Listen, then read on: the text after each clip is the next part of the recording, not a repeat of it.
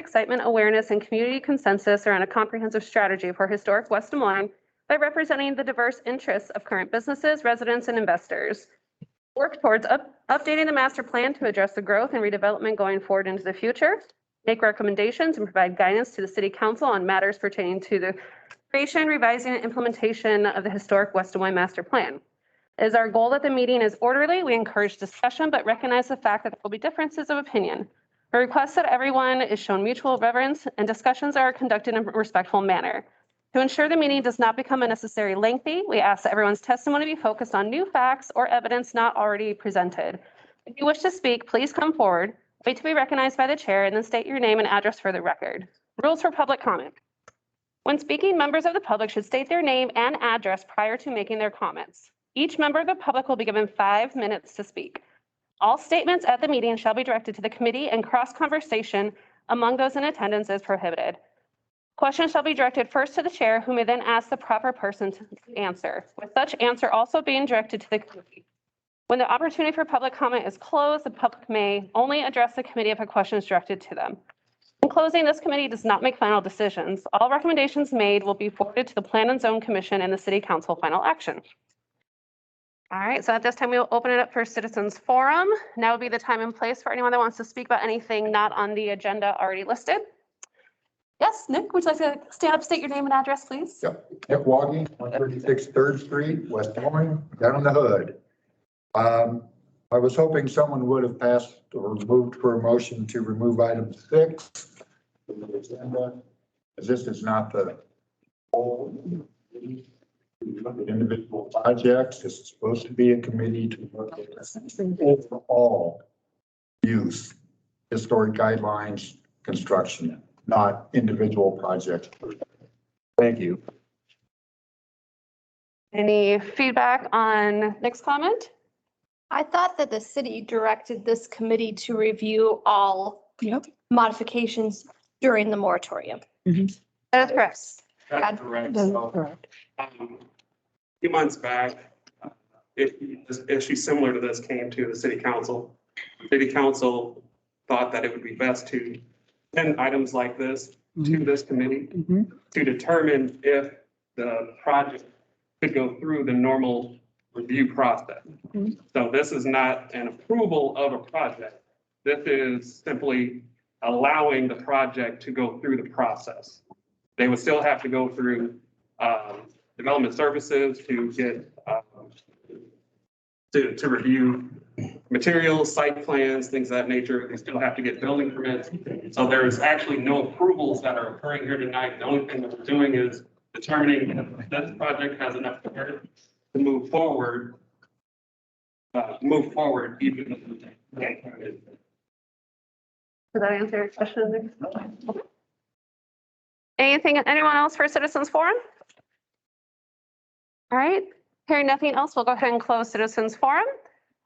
Chair, before we move on, Absolutely. I didn't catch this when we were approving the minutes. I'd like on page 1 of the minutes, my name is spelled N-A-E instead of E.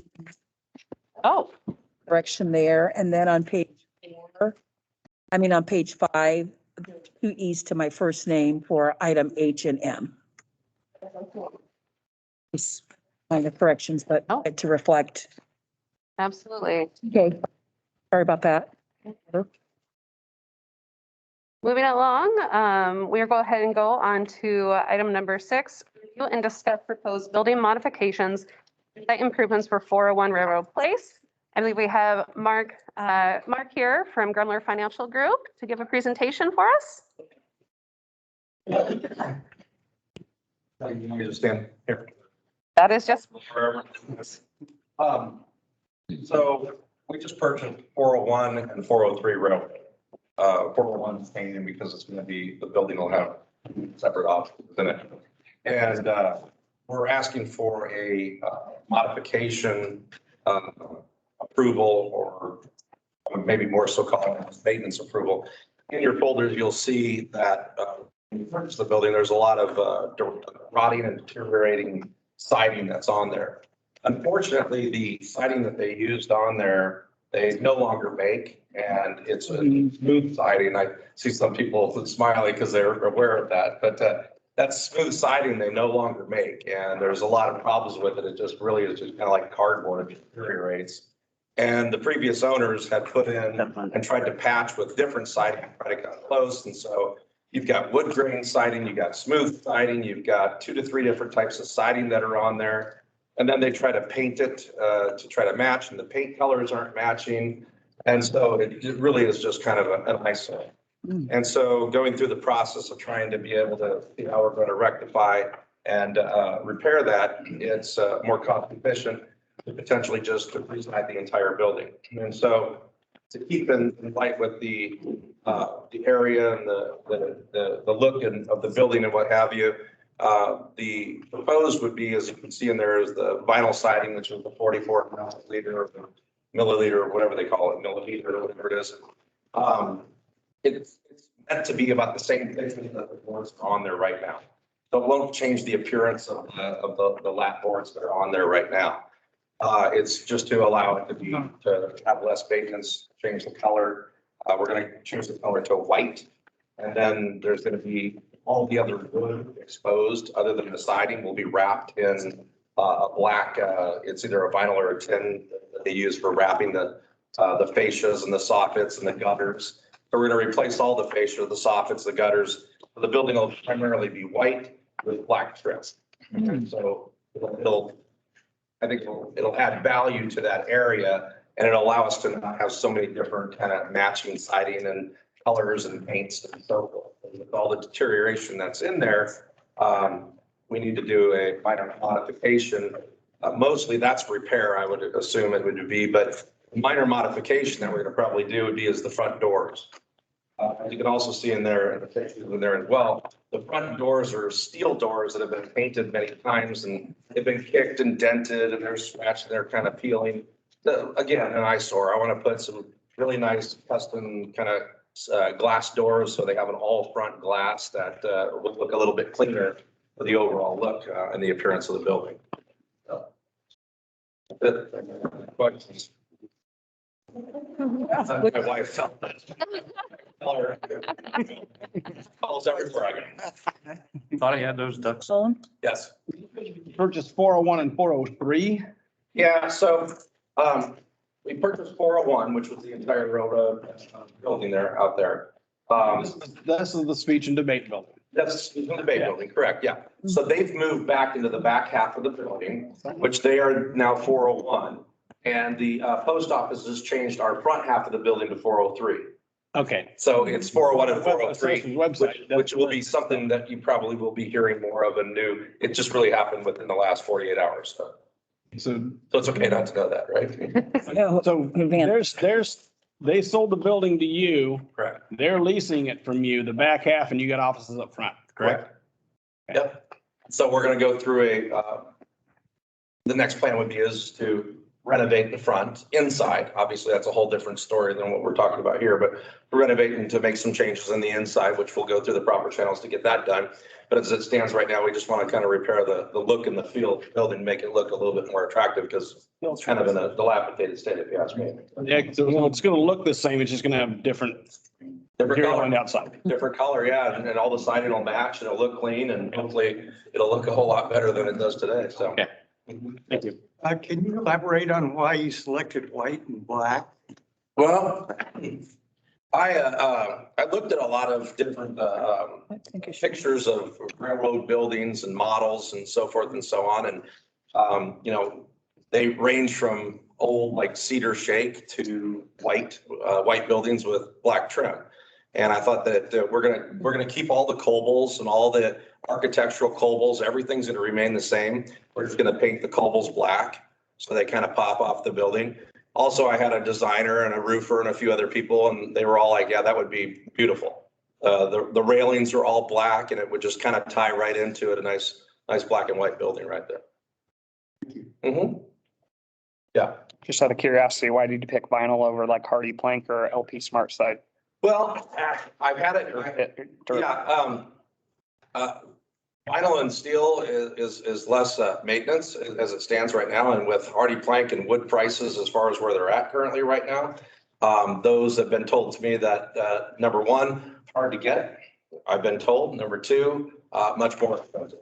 And I've had vinyl before, and I've been very happy with the vinyl and the vinyl sidings on other buildings that I've owned as well. Is there anything else down here that's got vinyl siding? Well, this building was built in like 1993. Right. 1993. Yeah, 92, 93. I don't necessarily know. I've checked with the city of West Des Moines. We had the people who we bought the building from check with the city of Valley Junction, and there was no issues with vinyl siding to which we checked into before we actually purchased the building. What do you mean they checked with the city of Valley Junction? Because Not the city of Valley Junction. They checked with, I'd have to go through my emails, but they Contacted our office. contacted your office. And I said, you know, right now there's nothing preventing using vinyl, but everything would have to go through the city and go through this process. But again, there's nothing down here that's got vinyl on it currently.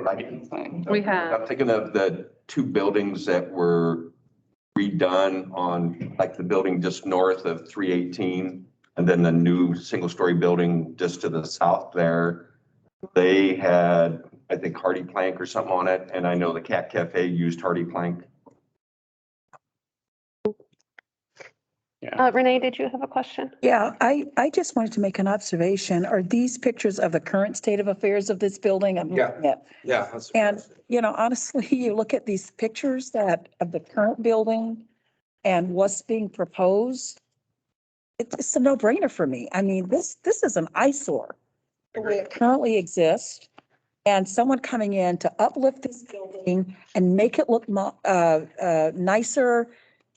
It's a no-brainer for me, as far as I'm concerned.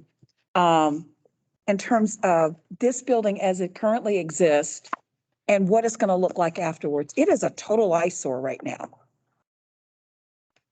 I don't disagree. I just don't think that vinyl right material. So are we saying Up that to you nobody uses vinyl? I mean, it is an They use vinyl, it's acceptable, not down here. appropriate source that can blend in and does look in. So I want to be careful of us setting a rule that no one can ever use vinyl in this area. That's my personal There are a feeling. lot of buildings that don't allow vinyl. Country Club doesn't allow Don't vinyl. normally put it on a Mark, commercial did you have building. comments? I don't think it's in. My only question is, Personal. what's the intention for the upfront part again? Or you don't know yet? The upfront part, well, and I wish I could have addressed the board a week or two ago because we wouldn't have bought the building if we couldn't, Yeah. do what we want and Right. sign it. But it did close on Monday. So we really are, unfortunate with time. But the front of the building, we're not going to change the appearance at all. It's just going to be wrapped, so it'll be nice and clean. It'll be white with black trim, so it'll pop. I'm more interested in what's the future tenant maybe going to be. Well, the building itself will be a financial planning building on the inside. Okay. So there'll be offices. Eventually, there'll probably be somewhere between 6 and 10 people that work in the front half of the building. The back half of the building will also go through some approval that we're going to add another handicap ramp with a couple of nice big double doors and make a separate entrance for a tax and estate planning office. But he's not asking for approval. I'm not asking for approval for anything. I'm just curious what One thing at a time. what the parking impact might be. Not in the scope of Yeah, estimate. and if hardy plank is the issue, I mean, that's the issue, but I'd much rather wait a couple of years and wait for prices to come back down and reality to come back in and set in. Vinyl really hasn't been hit with all of the COVID issues that we've all seen. As we all know, we've seen lumber go up 300% and 400% and other materials and things like that be the issue. So it is a financial issue as well of whether or not we can get this done now, or we got to wait for a while for things to kind of come back to reality. And right now, a lot of different pockets in the market are not reality, to be honest with you. And I also want to get to a point where I don't have to worry about painting it every 7 to 10 years and, all the other issues and the nail pops and what goes along with hardy plank and what have you. I own a dozen other rental properties and real estate properties and apartment complexes and older office buildings and what have you. And for some of you who may have even been familiar with my name or what may be, but down on 42nd and Grand, across from the St. Augustine's Church, the big castle, the Balmoral Castle down there, that was my building. That was my office, my financial planning office. I retired from there 5 years ago and sold that building. And so if anybody knows that area, they've seen that that's been kept up very well and that we've made improvements to that. So when I go in a place, I actually go into a place to actually make it better, to make it look good, to make it better, to put several hundred thousands of dollars into the property itself and to make something of it. This is one place we want to start quick and get it done. And it allows me to be able to do this during the winter months because you can't paint during the winter months. It's got to be above 54 degrees, 24 hours a day to be able to even paint. So allows me to get it done and get it looking good so we can open up and run a good business next year. You can get hardy plank with integral color in it. Yeah. So you don't have to worry about painting. So you don't even have to paint it? No. Great. I'd have to do some research on cost and expense and all that too. But I've only done multiple different quotes on the vinyl siding because of how I got deterred off of any wood issues early on because of COVID. I would say I personally like the white and black concept. I think it looks very clean. We do have other white buildings down here. I think Mark Chris, their design firm, they did a beautiful job of a building down here in Valley Junction that is black and white and very clean. And I think the building where 329 was, where it had Pop Cure, and before that it was Jesslyn. That might have been vinyl, wasn't it? Do you remember, Scott? Oh, gosh. No? I don't know what it was. Okay. Anyway, but I think the color palette and the design choice that you look great. And the fact that you're wanting to kind of maintain and upkeep that. We have some buildings that have been neglected, so it's nice to hear that maintenance is important to you for a building owner down here. And then what is your timeline? You said you wanted to get it done by the winter months, and when do you think it'll be complete by? Next week, if you say okay. No. As soon as possible. Yeah.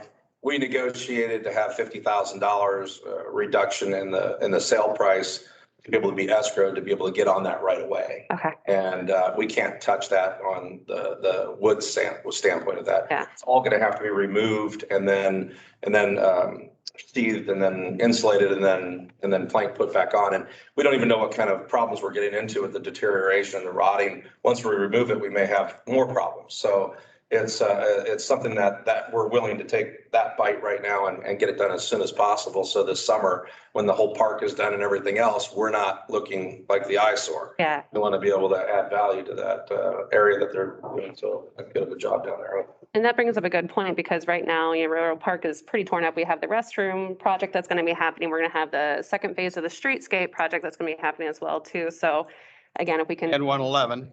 Hmm? Can't forget 111. That's 11 as well too. So. What do you mean out of commission? Don't like those. What's 111? So 111 is another construction project that is going to be happening down there as well this next spring. right on the corner of 5th and Railroad Place. Meredith, I think Ralph had that question. Yep. So I think that's something to definitely keep in mind too, is, making sure that everything is going to coincide. Yes, Ralph? A couple of things.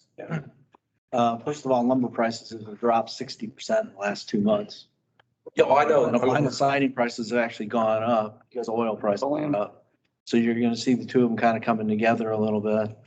I'm personally opposed to vinyl. Vinyl is plastic. And in the nicer communities where I've built and done construction work, they're prohibited under because of the covenants, because it doesn't reflect kind of a true material presence. Hardy plank doesn't have nails. It's blind fastened, so you won't have nail pops.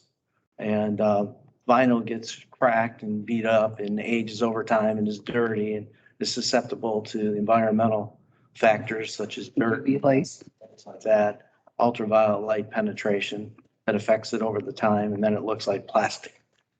It's plastic. Personally, I think the product that's on there is a wood fibrous material. I think it's, I'm trying to think of. No, Masonite. no, it's really brittle, Yeah, it actually was a product that failed. It was, like board almost. it was, get the name of the I material. got the name of it. I had a guy look it up and he says you can't find it. You can't find it because they stopped making, well, they Right. still make it, but it's a new product. But it's not smooth anymore It's either. not gonna be smooth anymore. It's gonna be wood grain. Right. And, personally, I would like to see something where there would be a narrow lap that would be reflective of maybe a historical building on there. Even though it's a newer building, this doesn't reflect that. Whereas that paint's a little bit nicer. And also an aluminum full glass door isn't reflective either, I think, of the area around there from the standpoint of what it would look like. I think it diminishes the value and the character of the building if we use these cheap building materials. And that's typically why you're using vinyl, is because you're gonna go over an old, are you gonna tear it completely off, all the siding? Well, I don't understand. The full glass doors, like many businesses right up and down Main. They are. You said they're cheap or they're? Well, the siding's cheap. Oh, I thought you said the cheap glass door. I'm like, oh. Doors aren't cheap. Doors are cheap. Okay, yeah. But the nature of it and the look of that door, what I think you could create there would be something, some character, other than just the standard glass door. You know, this is a very important part of things because it's across the street from the park where we're getting the new restrooms and all brick building, a $500,000 restroom that's going in there. You've got a lot of character going on there. And so it would be nice that that was reflected in nicer material selection. And again, I don't think vinyl is a good material selection. It's a material selection that people use, not common in commercial buildings. And the same thing with aluminum soffit materials and things like that. If that's what you're looking at doing, those open soffits and with those portables, it's going to look like it's pieced together, for no better way of saying it, and not reflective of what I think would be. I think what we need to do is go back to the drawing board and come up with something a little bit more thoughtful in terms of materials and the design and exactly what we're talking about. You're talking about a AA lap like that, something like that. Hardy makes something like that. If you use Hardy, it's a cement fibrous material. It's going to take a long period of time. If you paint it correct the first time, it's going to be 15 or 20 years before you have to paint it again. And it can come pre-finished, as Clyde had indicated. There's a number of different color selections that are available. I like white and black typically together, but I think it's going to be kind of loud over by the park, for no better way of saying it. So, you know, no disrespect to you. I don't think it's a thoughtful, careful consideration of what we're dealing with in terms of wanting to preserve our area and make it look. Yeah, I agree with Kevin and Ralph both. My concerns are the vinyl siding. I don't think it's appropriate choice. The reason I asked about the colors, if you go back and look at who owned a station, a railroad station, usually the color palette on the stations were the same color palette that the railroad utilized. Some of them are a yellow color with brown trim. Some of them are a light green. Some of them are a gray. I don't know of any that are white and black. That's more typical of residential appearances, but those are the two things I'd be concerned about, the material and the color. And also, Also, Mr. Gemmler, like, you know, right now, I don't know if you're aware of, you know, the things that are going on right now in the Valley Junction business area and residential people, you know, are concerned about buildings being torn down, buildings being built and all the controversy that's going on. And I don't know if you're aware of that or, you know, it'll affect you anyway, but yeah, you know, so maybe taking consideration those kinds of things and traditional building materials and you know, solid things, you know, that are going to go into this thing, that are going to give it some life, you know, and you being a part of us now, your building, your business and things that maybe if that's something you can consider, you know. One thing too is that I don't think there's a lot of people in this room that understand what that building initially was constructed to be. Doug Dubé built that as a train museum. And so if you look at it, it looks like a train depot. And he did that intentionally. So it fit the area. So to Scott's point, Doug built it to make it look like a train depot. Probably need to try to keep it looking like a train. Yeah, I don't think. Well, I don't plan on changing the appearance. But you will with the material and the colors. That's the point. And again, you talked about wanting to know that, the maintenance of it. Well, if you don't tear, if you're concerned about what might be underneath that siding, you're covering everything up by vinyl. I would think you would want to take everything off to see That's what we're what doing. the structure is. So that's what we're doing. We're removing all of the siding Well, Kevin, before we do it, And which is a large expense to do that. put the hardy plank on and make it even more Kevin, solid than. Well, we could always just patch. when was all that building areas, built? What year? Which might be the alternative. Like 1993. Okay, so I that, moved Patch the rotted areas and hold that. try to match the paint and call it a day. Like, so that building was was built in 1993. 1993, Yeah, using traditional building materials at the time. And so that building would have been sheeted with OSB. okay. See, Talking about a 100-year-old building. That's a given. That's but- that's what you've got. What you're dealing with is failed siding. Of material that, So I respect. For no better way of saying it, there was a big lawsuit about it. A lot of people had to go through it. I had 4 building projects that were part of that suit, so I do remember that. And to Scott's point, Now. what we're looking for is and the opportunity to use a palette of color that's reflective of the train depot would really be a wonderful asset. It would not only benefit the community, it would also benefit you in terms of what you could present there. And I would agree. Quick question, were you Yeah. changing the shingles at all? No, Okay. I would agree with what you're saying, but, and I talked to Brad about this before, because I sent him about 3 or 4 different ideas of showing him train depots that were exactly white with black trim.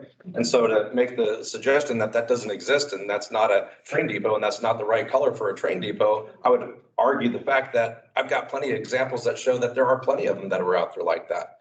Well, I If you think, want it lime green because that's what maybe, or whatever color a train depot, I guess we'd have to decide what colors we want it to be, but I wanted white and black. I went out, I saw other examples that showed the same kind of cobbles, the white and black, the same kind of models of train stations and what have you. And so I thought that would be period certain and it would make sense.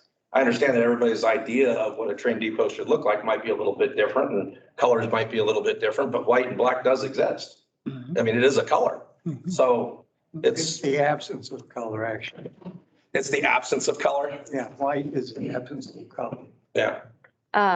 Yes, Kai, go ahead. To maybe move this along, I think I hear somewhat of a consensus by the group in terms of you're not in favor of vinyl siding and that you want something more permanent in terms of that type of building material. The color thing, I think, I've heard, both sides. So the process that he's going to need to go through is he's going to have, if this committee makes a recommendation to go forward, then you can put stipulations on that approval. And then it has to go to Planning and Development City Council Subcommittee.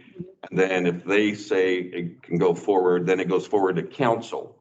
So he's got quite a few steps to go through. But if this committee wants, yes, it makes sense to renovate the building. However, you need to do it this way.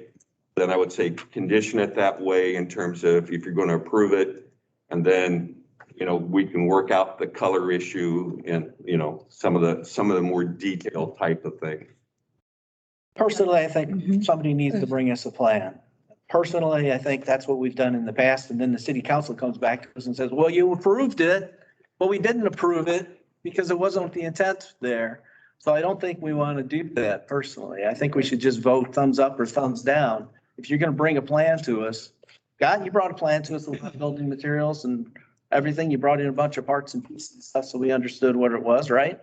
Yep. So that's what we need. Would you be able to get a rendering of what the final product would be, like of the doors and the color palette? Explain what you mean by a rendering, like A rendering? or a picture? A picture, yeah. Like a graphic, like have somebody just graphics design it, change it so you'd see what it would all look like when it was all said and done. Yeah, you can do like design rendering to see what it would look like with the color palette and maybe present a secondary color palette as opposed to the black and white, just to kind of give people an idea of what that would look like. And then that way bring it back, and then that way give people a little bit better idea of what it would look like. Yeah.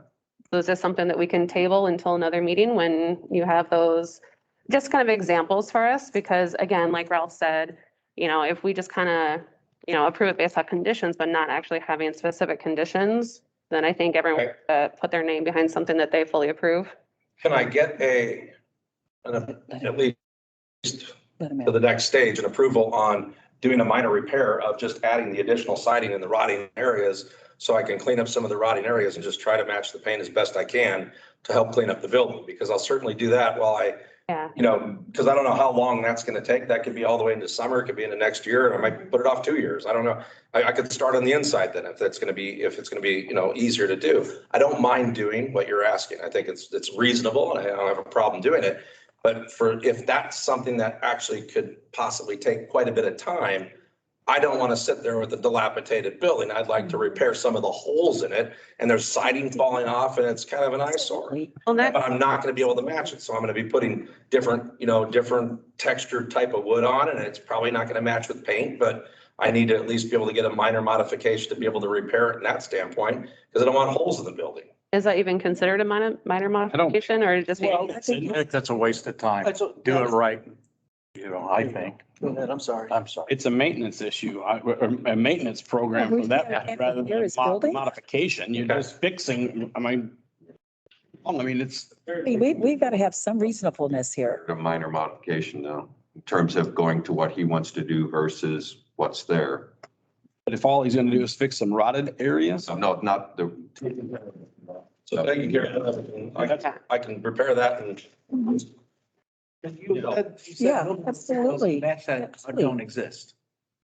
And so the smooth building, I've had 2 or 3 different roofers and siders that came out that said, you can't get that stuff anymore. And so it's really not to the communities or your best interest to try to patch something.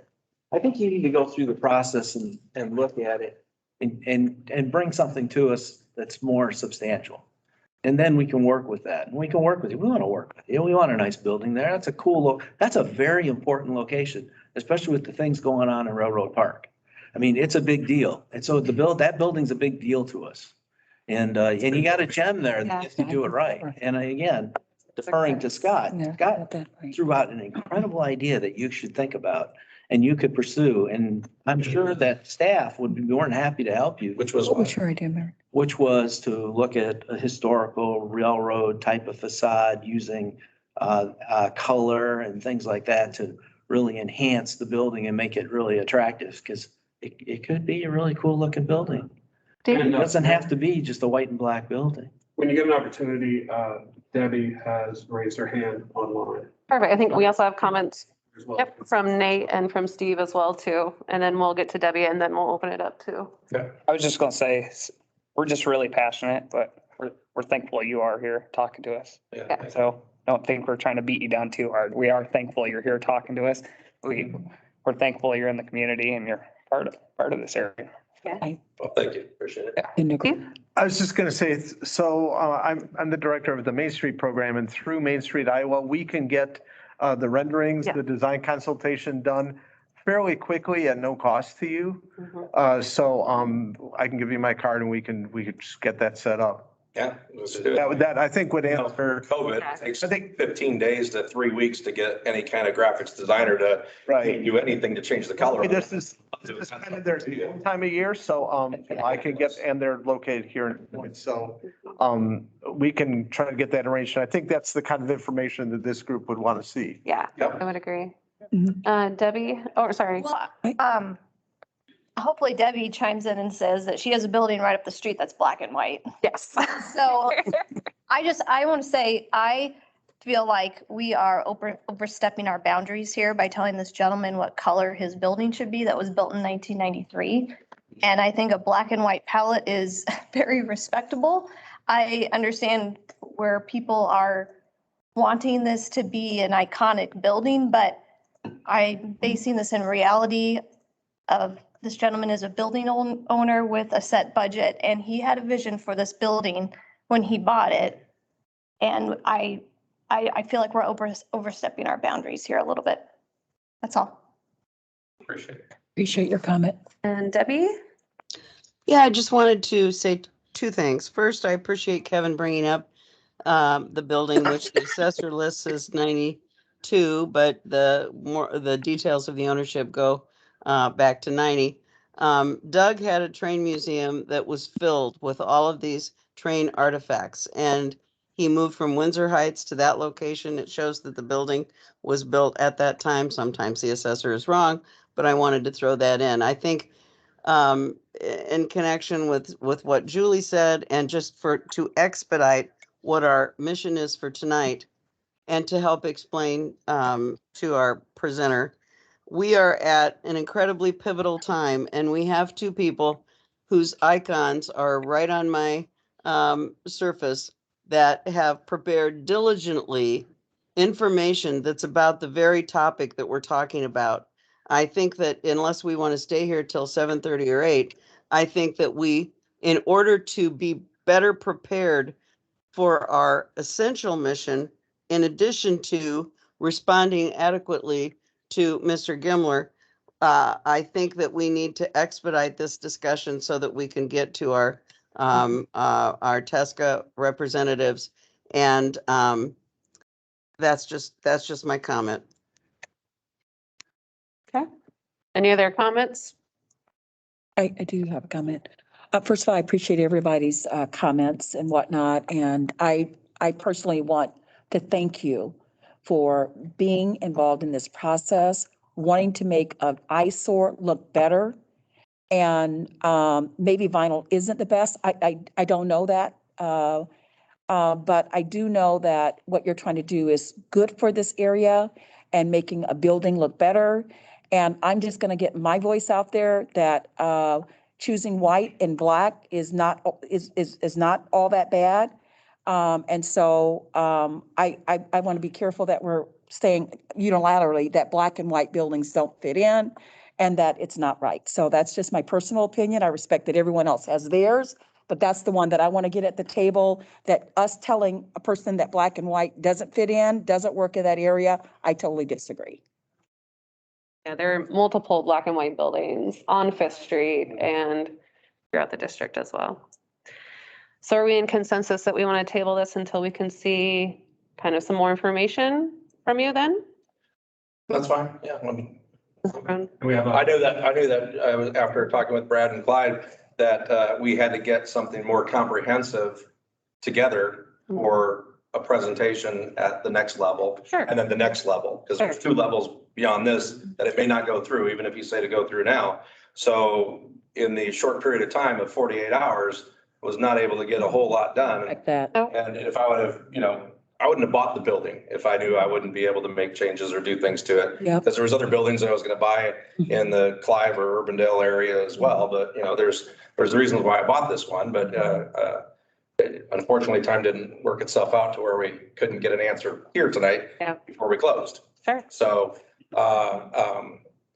when is the next meeting? How long is this going to be put off? And how much is going to throw us behind schedule from doing the things we need to do to open business? Sure, yeah, I mean, we have a meeting tomorrow, but I don't think Main Street Ave can get that design.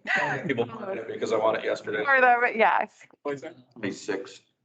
Yeah, we basically have a meeting. 3 weeks. Yeah, we have 26. I believe is our next one. And then after we get done with some of the master plan work.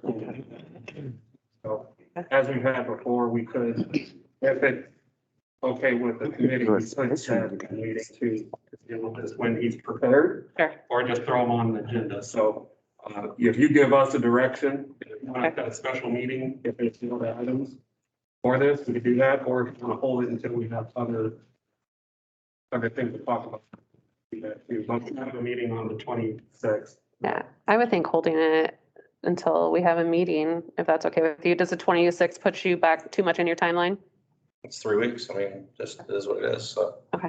And then It's gonna take that long to get the renderings anyhow. Yeah. Hopefully not. If Steve can help us out with some of the. Yeah, I'll try to get a.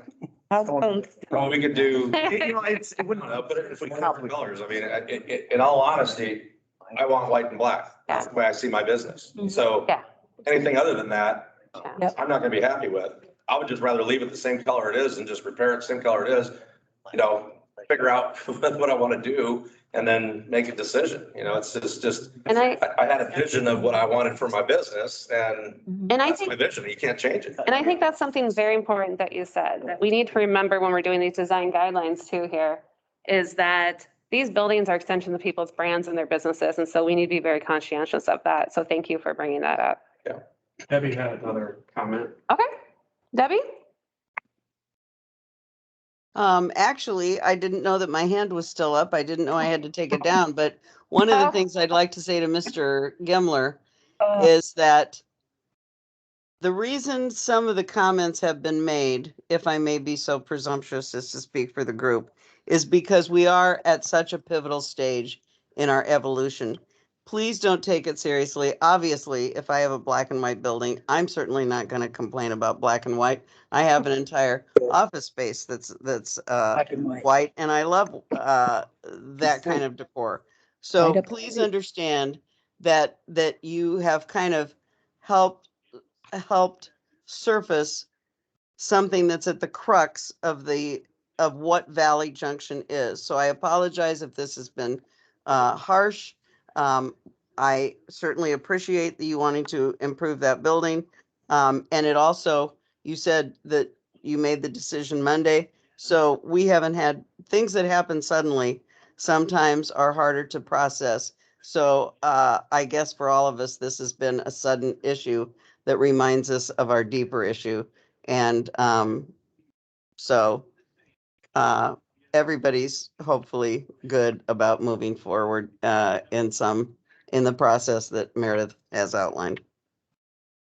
Before we close this out, oh, sorry, Clyde. I was just going to say, if in terms of moving forward, then the committee will table this and then we'll figure out a schedule that'll work in terms of getting everything together that we want to see, and then we'll figure out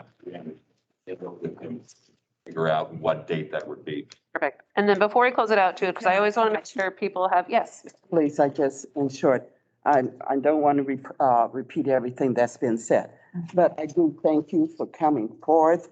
Thank you for taking the interest in purchasing this structure and to bring it up to date. My concern is to get back as soon as possible so that he's able to move along. So I don't know the time frame that Steve is working for him, I'm working with him. So I'm saying even if we have to call a special meeting. And we can. And I am for you being able to make a decision as to what color you want, but everything being taken into consideration, I think is fair enough. But I would like to see us come back even if it's a special meeting, because the only agenda item will be this. Yeah. The structure. Absolutely. Fair. 3 weeks is a long time for a person that's trying to Fix the- long and is steady dilapidating. It's almost looking like a public nuisance, but anyway. No, absolutely. I would agree. Just look at the pictures of the areas that were back. You made it look bad. It looked really bad. It is in certain areas, don't get me wrong, but. Before we close this out, because I do believe that, oh, sorry, Becky, I didn't mean to cut you off. Just wondering, I didn't know if we was finished with this. But Steve, how long do you think? It's totally up to the design consultant. I don't know their.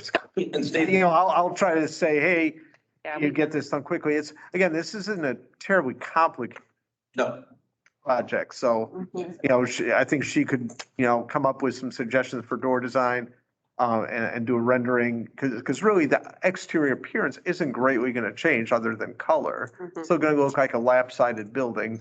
well, and a lot of the reason Essentially, so. I chose a full glass door as well is because there are a lot of people and kids and other people that go up there, and you can see the doors have been kicked and dented, and, there's been damage to them. And that's not just from normal wear and tear going in and out. So having a full glass door would prevent it from if you go spend $3,000 on a wood door that's period certain, and some kid comes up and does damage to it, you can't fix that. A glass door, you're either going to break it or it's not going to be broken. So there's reasons why I also thought that would be appropriate. Yeah, and the design consultant will absolutely work with the property owner, saying, what are your thoughts? What are your needs? And I always make sure everyone has a chance to have their voices heard. Is there anything from public forum, from the audience here that wants to make comment? I'll pass it this time. Okay. All right, then I suggest that we proceed with tabling it until we have further details. And Steve, you have my permission is if they want to just go and take a couple of photos, that would be clear enough for them to be able to make the color changes, to go ahead and have them do that. Okay. Do black and white. They can call me. I can tell them what I'm planning on doing to make it look like that. So everybody can take a look at what that's going to look like. And then we could maybe even, I'll do, you know, I agree. I had seen like some limeish green buildings and it would be very period certain and it would look pretty cool there, but that's not the color of building I would want. Yeah. Okay, but I agree with you. There are different color schemes that are used for different railroads that are out there. I think Clyde and I even had that talk when we were talking about it. And so I'd be happy to entertain seeing what some different colors are. But again, that's just not what, you know. Yeah, she'd come up with, Others are. and what I'll do is I'll call her tomorrow and there's a very basic one-page form. I'll fill it out part way and then ask you some questions to fill out the rest of it and get it. Yeah. Top of their docket, hopefully. And I don't know what color it's been as it is right now, but through all the railroad depots and all the pictures and all of everything that I've seen, I haven't seen brown like the color it is now. So maybe that's a color that's out there, but it's, you know, usually like your reds and greens and your whites and blacks and things like that. So it's currently a color that I thought I'd be bringing it back maybe even more towards a depot look than where it's at currently today. My personal concern is that it's not a depot. It never was and never will be. So. Or a historical building. Yeah, we don't have to pretend it's historic when it's 30 years old. So, but yeah, I'll get you the information. I'd appreciate it. Just kind of for the record, sounds like that was unanimous from everybody. Just to make sure that was on the record there. So. Anyone opposed to tabling? And if that's the case, we do still have a lot that we have to get done with, so I hate to cut you off. But yeah, please. Thank you. Yeah, I think it was unanimous to postpone. I don't think it was unanimous about color and type of material. For the record, yeah. No, thank you very much. And and welcome to Valley Junction. Thank you. We look forward to speaking with you more. All right, sounds good. All right, so moving along, we're going to the phase where we review the results of the virtual design workshop and visual preference survey by Tesco. So we'll give it to Mike and Aaron here. Welcome, guys. Thank you. Pleasure to be here virtually. Unfortunately, I couldn't be there in person tonight, but I will be with you guys in person tomorrow night. Tonight, we're going to kind of go over a summary of all the great input that we got from the online visual preference survey. We were really bummed we couldn't do it live on the 15th last month, but we pivoted the best we could and made some improvisations there. We do have on the line tonight our architect, Ed Torres from Bar La Tosa Studio. I did want to quickly introduce him. He was going to be a featured presenter at the workshop. Unfortunately, that didn't work out. You might have seen his little clip on the website. But Ed, why don't you introduce yourself and maybe provide a couple of quick observations from your tour. He was actually in town, toured the area, was all ready to go, and then we had to postpone. So Ed, go ahead. Hi, can you hear me at all? Yes. Yes, okay, great. Just want to make sure. I'm Ed Torres. I'm a principal at Bar La Tosa Studio. We're a architecture firm that have been doing historic preservation in architecture and in planning, urban design. And we've been in existence. We are celebrating our 31st year now in business. And I've owned the company for nearly 10 years now. Or 8 years, I guess. I'm pushing it 8 years. And we're a firm about 15. And we've done historic planning for a number of communities, historic communities, including here in Illinois in Riverside and Lockport and Glen Ellen and certain other areas. And I've done several visual preference surveys too to try to get the input from the community as to what they prefer on their buildings and what styles and materials. And I heard you all talking about colors and materials. So that's great. It was very lively discussion on the project that you were discussing. And I've been involved in those discussions about preferred styles, materials, massing, siding, all the things that comes with architecture and buildings. It's been fun. We had a great time in your town.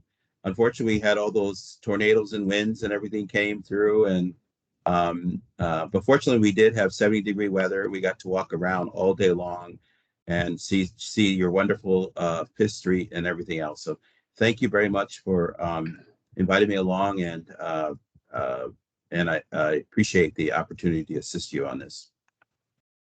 Thanks, Ed. Appreciate it. Now I'm going to really turn it over to Erin. She's kind of been leading the charge on summarizing all of the input that we had in the visual preference survey. So Erin, why don't you, if you're running the slides, pull them up and take it from here.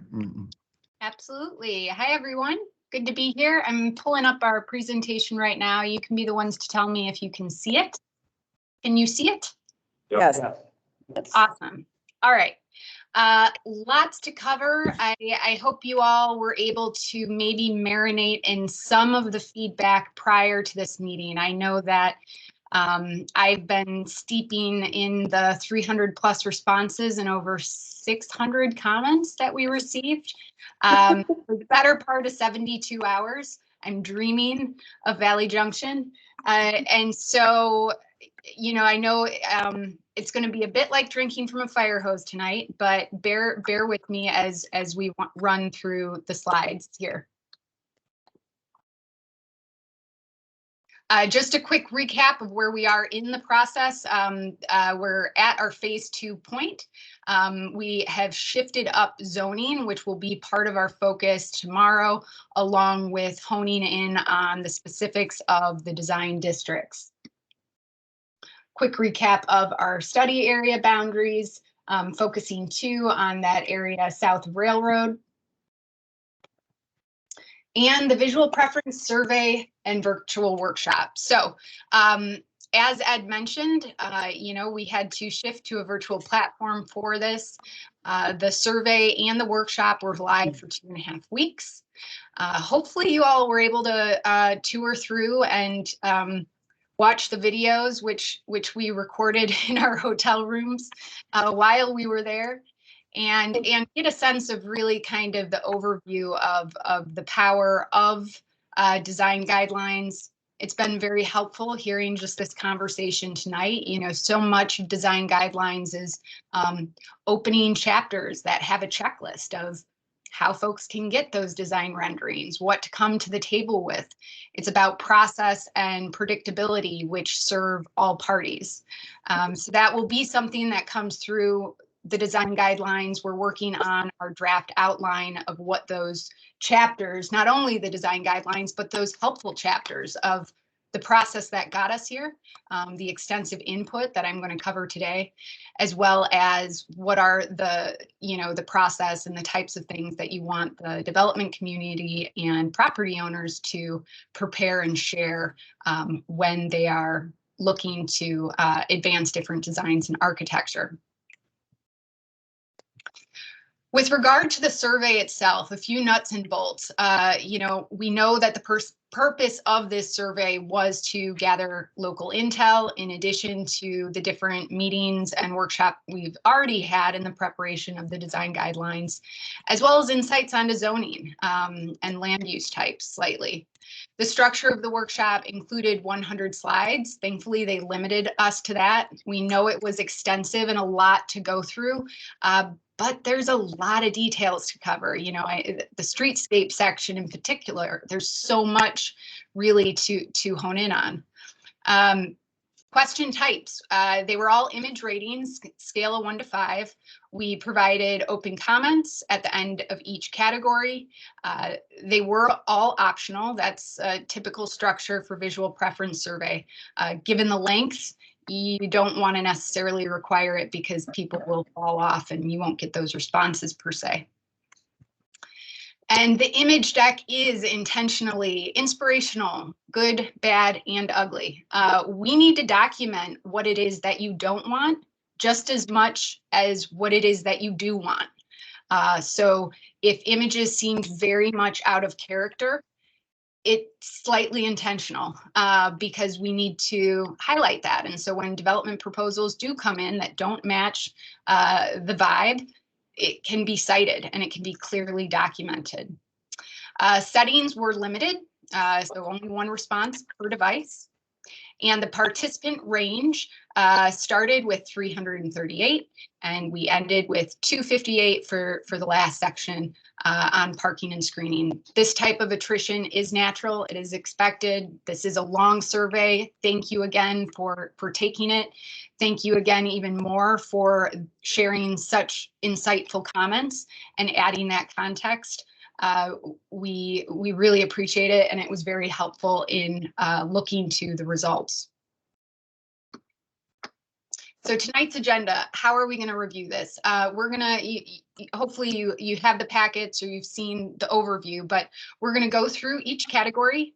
We're going to hit on what the highest rated images were, usually between 3 and 5 images. Same with the lowest rated images. Below each image, we've kind of given an overview of the general look and feel of what that image presents. And then at the end of each category, we also collected a sample of those comments that were reiterated. We can't capture all the comments.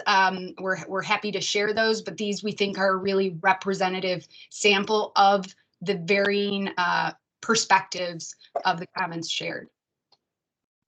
And then the last slide in each category, which this is really important. And when we get to it, this is where I want to understand, did we get it right? Are there elements that need to be added or tweaked? The general consensus statements is the direction we're going to be moving forward with the design guidelines.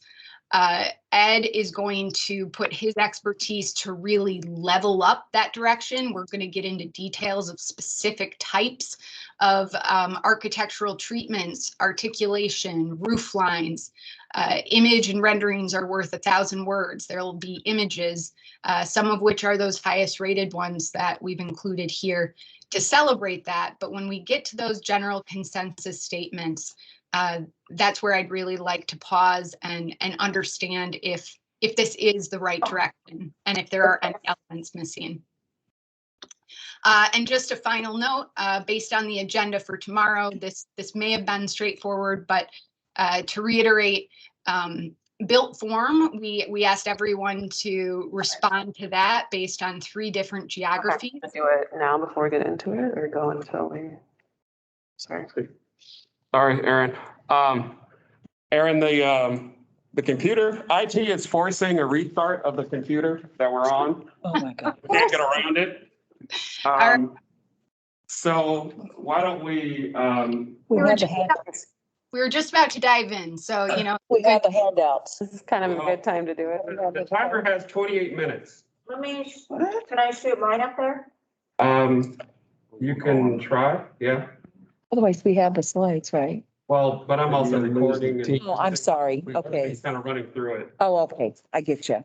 So, again, we got 27 minutes. Do you think you can run through it in 27 minutes and then we can do our other item? Sure, I'll be speedy.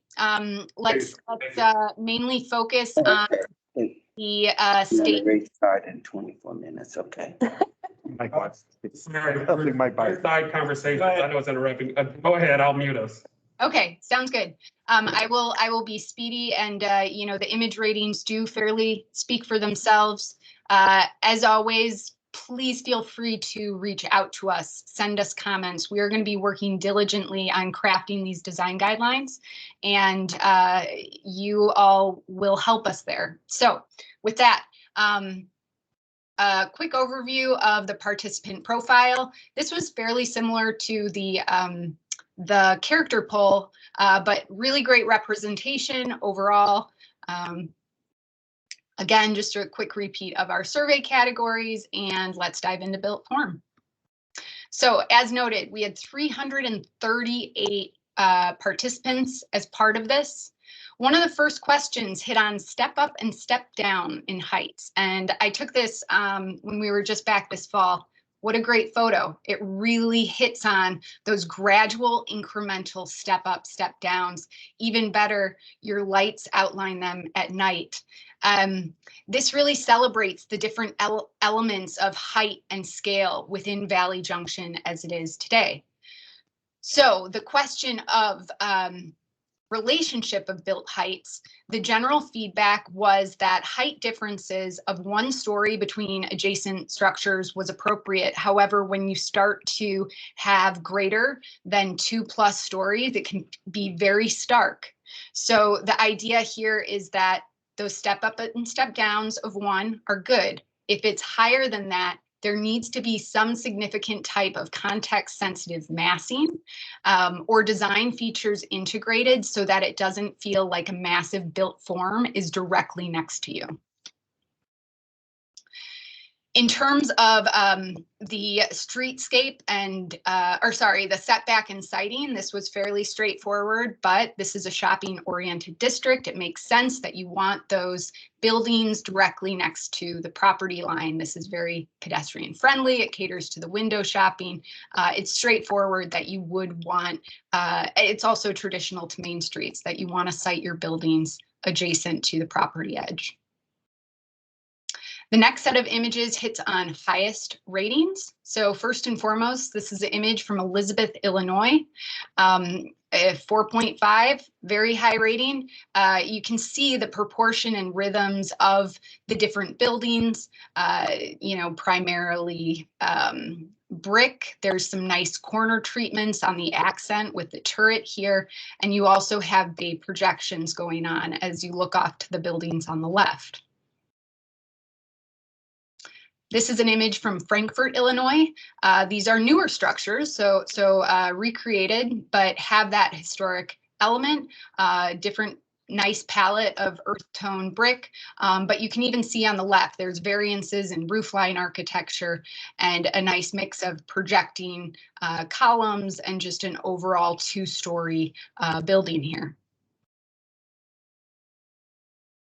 This is a 3-story building, mixed use. This shows a little bit different style of design. You still have the corner elements, but also highly rated in the sense of, this starts to get at window fenestrations and rhythming there, some of the arch details. In terms of lowest rated images, this flat box architecture, very lowly rated. The image or the windows have a non-traditional pattern, which is important to call out. It has very long banding to it, so it can appear almost bigger than it is because of those long material bands that go across it. And there's no windows on the right side of the building. We're familiar with this building, but the element here is the complete flat facade on the right side. So when we think through appropriate massing and those type of elements within the design guidelines, there are ways to make buildings certainly less stark when you're able to divide up that box and mass. These 2 single-story structures adjacent to each other, again, primarily glass, a very narrow brick divider between them, and the signage is on the windows as well as banner. This is our sampling of some of the comments received. Again, we think that these are fairly representative. They do provide a range of perspectives in terms of touching on the elements of modern versus historic, that balance of not necessarily allowing ultra-modern, but also allowing styles and eclecticness and flourishes that really elevate Valley Junction and honestly has made it what it is today because of that eclectic spirit. Same thing here, this more focuses on the height and scale commentary. So looking to the fact that 1-story buildings are great today, but as development happens, it can be limiting in the sense that if you do have 2 or 3-story, you can activate the main street more with opportunities therein. And it also gets at the element of the public realm and residential. So this is our first set of consensus statements. One, very clearly, harmony is essential. Buildings are not on their own. They have neighbors. We want to be good neighbors. Adjacent buildings need to connect, reflect, and respect each other. New construction needs to be context sensitive. This is very important relative to massing. It came up tonight, but development renderings need to show neighboring structures. They are not in a silo. So if you receive a development rendering, and this will be in the design guidelines, it needs to show the neighboring structures. Overall, traditional architecture and facade details were preferred, specifically earth tones, masonry, window mullions, which is the patterning unique to historic windows, as well as architectural and roof delineation. 2 to 3 story mixed use buildings were preferred with upper story residential. However, residential developments really need to factor in how they are addressing parking. Varied eclectic materials, specific to, the range that is there, Atomic Garage or color palettes.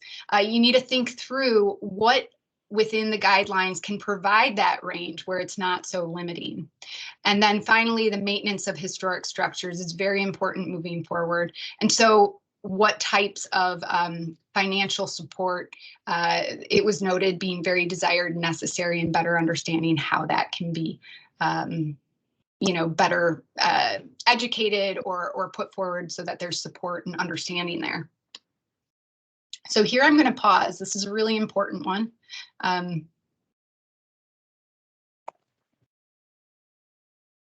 Yeah, the question is, did we get it right? Did we miss anything? I mean, clearly we're saying 2 or 3 stories. That was actually part of the documentation when the historic district was created, right? This was a good mix of 2 and 3 story buildings, and that was one of the qualifying factors. So I think that's legitimate.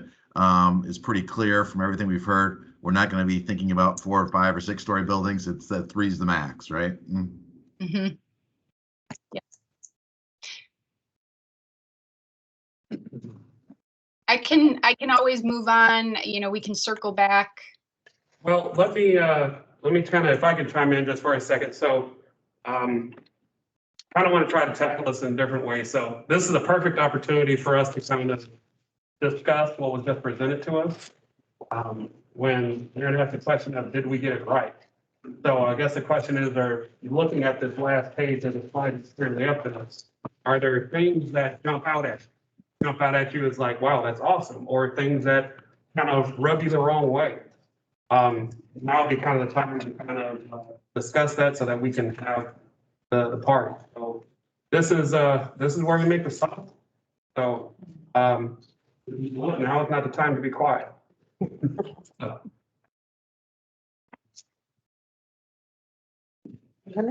was gonna say, just looking at a bunch of the photos we did use, the one thing I noticed that stood out is a lot of the window heights. They have a lot of D-walls in them, and that's one thing that was never discussed in this. And you go through all these photos, they all pretty much have them. And some of our new construction going on isn't quite that way, so. Mike, you're saying you'd like to see something added to add that type of. I'm just saying there's a building going up down there, and there's probably 12 or 14 foot tall glass down there, and it looks massive. If you would have put a 3 foot knee wall or something in there like that, it would have helped break that plane up, and it wouldn't have looked so massive.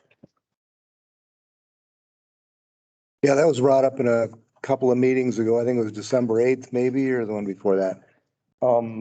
About the knee walls, how just those little things like that bring some character back to the street, and especially if there's going to be some new construction or remodeling or whatever, that just little things like that. One of the things that Aaron brought up was, the harmony, and colors and things like that. What I was trying to say to Mr. Gremler, wasn't so much a mandate that it's got to be something else. But I guess what I should have said was something that, kind of match, some earth tones, those kinds of things, to go with the brick and things like that. But again, if he had his mind made up for something like that, well, then I guess we have to respect what he wants. But that was just a suggestion. So that's important, I think, and that's going to come up again. If I could ask a question, this is something again that's going to help our consultants as they set up these guidelines. We talked about color and things of that nature. So obviously there's a limit to what is appropriate.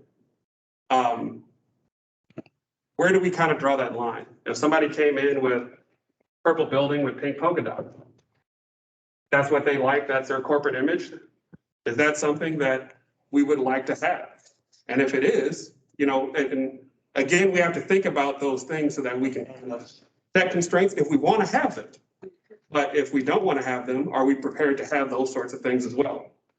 I bring that up because we have had some lax guidelines and some things have heard that people thought were not as favorable. So sometimes kind of thinking about all those options helps open up a little bit. So I just kind of want to put that out there and just kind of ask the question, is there a limit? I'd say yes. Materials, for colors, for those sorts of things. And so that's. Well, I mean, in your business, city business, you have covenants and restrictions that are put forth by the developers. Don't you have restrictions for Jordan Creek on what you can build out there? I can't build a purple building in Jordan Creek, can I? So that's the same thing that works for Valley Junction. That should work for any other part of West Des Moines. You know, when people discount the value of the Valley Junction area and that we can't play on the same turf that Jordan Creek can play on, that's the same turf. We can set rules in place to protect our area and keep it as beautiful and then keep it that special gem if we want to. And you've talked about that early on with overlay districts and things like that. And I hope that's part of this because we're looking for design criteria and design standards. And you can put anything in design standards. You go to certain areas, they're going to require authentic grills, mullions that are mounted on the exterior so it has kind of a certain look. Those are things the architects come up with to create a certain look and a feel that's consistent with maybe that historical element. It's a brand new window. It looks like a window from 200 years ago. That's okay if that's part of the design criteria to preserve the neighborhood. Wood versus plastic. I think of wood as historical. I don't think of plastic as historical. So it's like, you know, I want to be thinking along the same lines that we're part of West Des Moines and we can have covenants and restrictions. We can have an overlay district. We can have rules put in place to preserve the integrity of this community. And by the way, I'm really impressed with what they've come up with. And I think it's really great that they're talking about the idea when there's more residential parking considerations taken into account, things like that. Things that we assume, by the way, that the city should be aware of, trash, parking, things like that, that lend itself to basically a harmonious community that haven't been taken into consideration. Here, we're taking a lot of stuff into consideration. It's excellent. So we don't have to have purple buildings if we don't want purple buildings. There's nothing taking away anybody's right. It's not going to violate their 10th Amendment or anything else. It's the nature of what it is. The courts have upheld zoning. They've upheld covenants year after year after year after year. We can do that. Right. I think Brad's question was about, it was more of, do we want to have that kind of limit in terms of more of a earth tone color palette than somebody be able to do whatever they want to in terms of they want to do a purple building or a pink building or whatever. That was Brad's question. And actually more what I'm doing here is I'm trying to have us look at both sides of it, you know, so I'm not arguing one side or the other.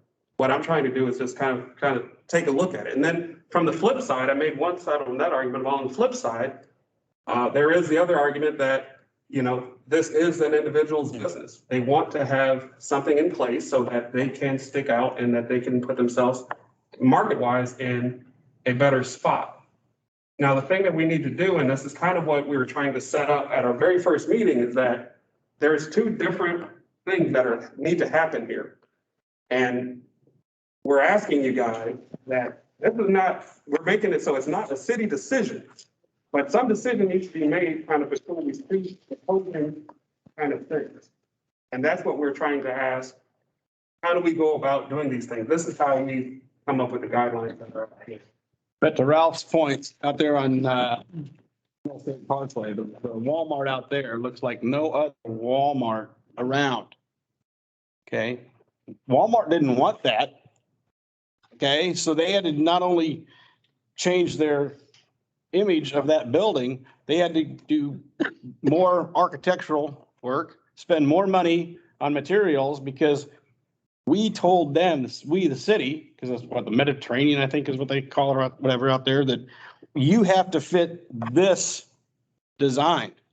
And so that's what Ralph is saying is the design of Valley Junction is, you know, looking what the period would be. So just because, you know, speech and debate building is not a historic building, it's still in the historic Valley Junction Business District. And so your guidelines need to fit that, because if you're not going to apply it to that, you're not going to apply it to any new building. That's what, you just want to make sure that that's what we're hearing, that you're looking for more earth tone colors, some of the, like knee walls, like Nate was talking about and stuff, in terms of, so that the consultant knows how to write the design guidelines in terms of how narrow to define things. That's. Steve, you've had your hand up for a while here. Yeah, so I don't think there's anybody in this room who would disagree that we want to preserve the contributing historic buildings on there. So, I mean, as a group, we have a lot of different ideas, but there are things we do agree on that. I think that's one of them. I think another one is that we don't want to just stop development. We want to guide it and control it and have some say. It's not, nobody in here wants to say anything goes, you do whatever you want. So I think it's that striking that balance is the tricky part. You know, when it comes to the permanent materials, you know, the brick, do we want purple brick or whatever? You know, I guess that's one thing, but kind of what Meredith was mentioning, when it comes to personal branding and storefronts, you know, maybe it's storefront elements that could be painted. And when you look at some of these pictures, we do have some colorful storefronts right now, and I think that's a good thing. I've seen districts where everything is a shade of tan or white or black. It's really boring. It doesn't let businesses, especially locally owned independent businesses, differentiate themselves. So I've heard Main Street say this a number of times, that because they've dealt with this in Cedar Falls and a number of other towns. And what comes up is we're not the paint police.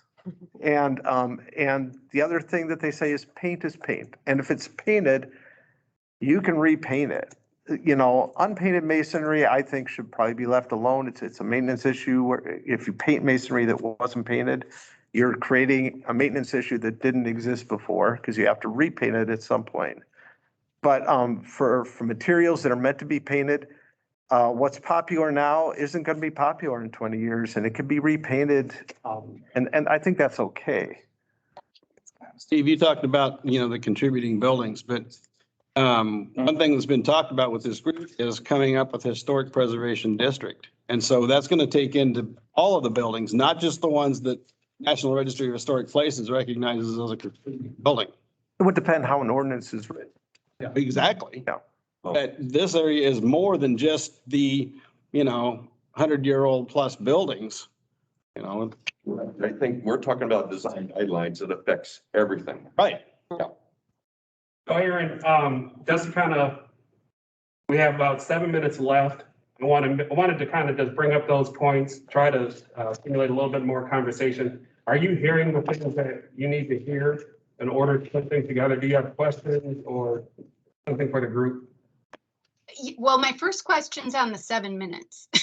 So when the 7 minutes is up, will we just reopen that same Teams link, Brad? Yeah, when the 7 minutes are up, I'll have to turn the computer off, let it go through its reboot update that IT is forcing us to do, and then I would log back on. And then, yes, you would use the same link, come back on. We beg everybody to come back. And then we'll just kind of start recording again. And for this particular meeting, we'll have 2 separate recordings that'll be up on YouTube. It's Okay, and that reboot will take about 15 minutes or so, give or take. I'm hoping it takes 5, but it's IT. I have no clue. All right. Well, you just interrupt me when we have 1 minute left. Okay. In terms of the feedback, yes, feedback specific to the knee walls, these kind of details, those are things that we want to make sure that we include, that we cite in images, that we call out.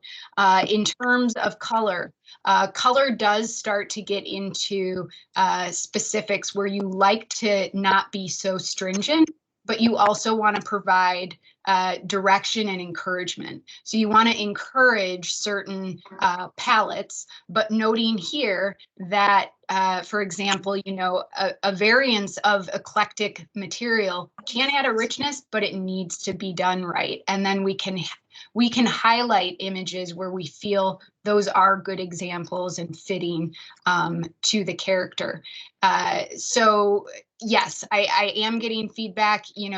I would focus more on the specific details, building massing, those kind of elements that you'd like to make sure we call out, or something that's not here entirely. Yeah, just to chime in a little bit real quick. So we heard an interesting case already tonight, right? That dealt with the colors and with the materials, right? My take on these, given the character of the buildings that are there and everything else, I think we're probably going to be a little more strict and more specific in terms of building materials, probably masonry. When you were talking about the hardy plank, that's what I would have suggested had it come up. The color, I think we will probably talk about and address a little bit, but probably be softer on the language, because I'm with Steve. I think occasionally having some buildings that pop out and are a little bit different probably is a good thing. So that's kind of where I think we're going, unless you direct us otherwise.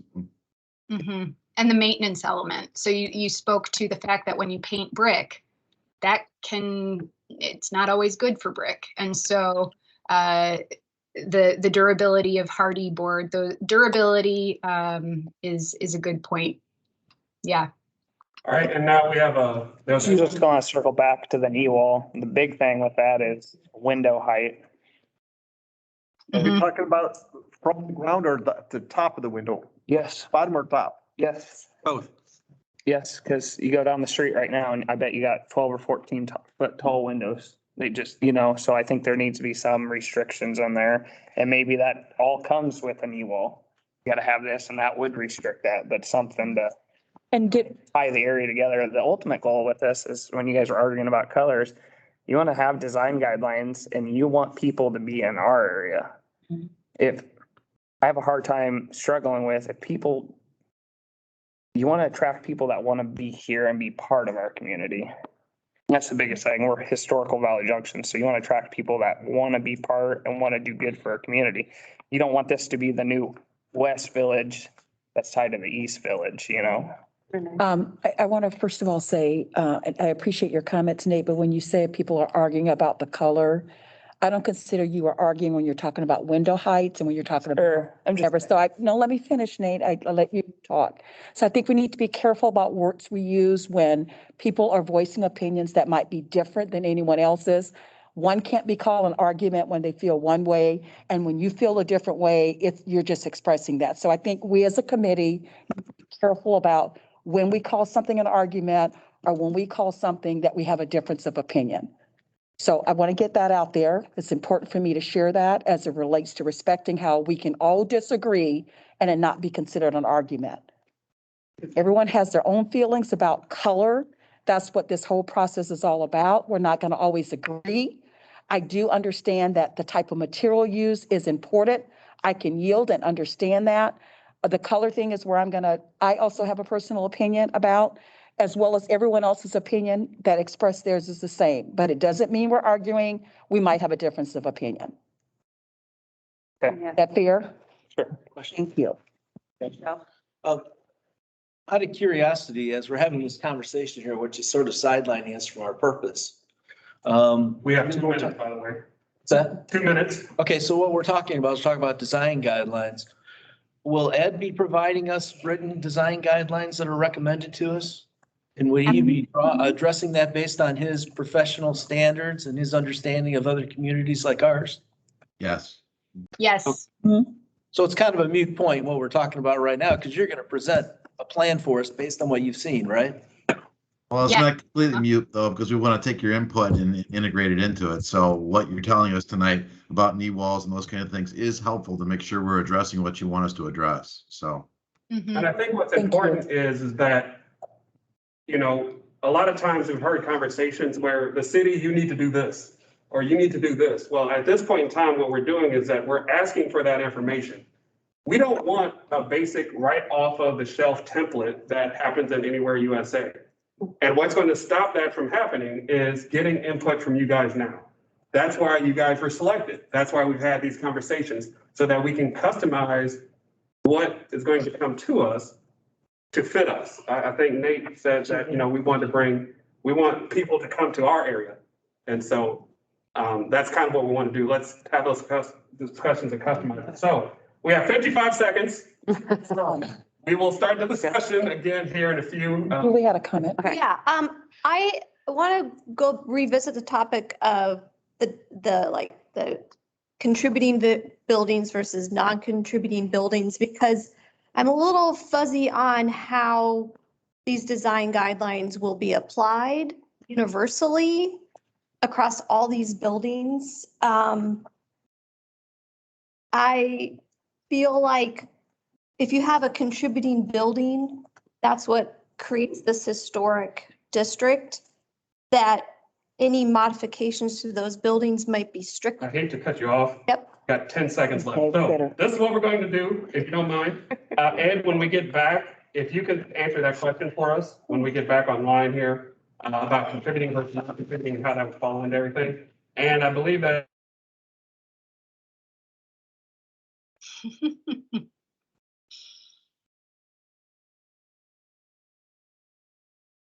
Your voice cut out, so I assume that's it. And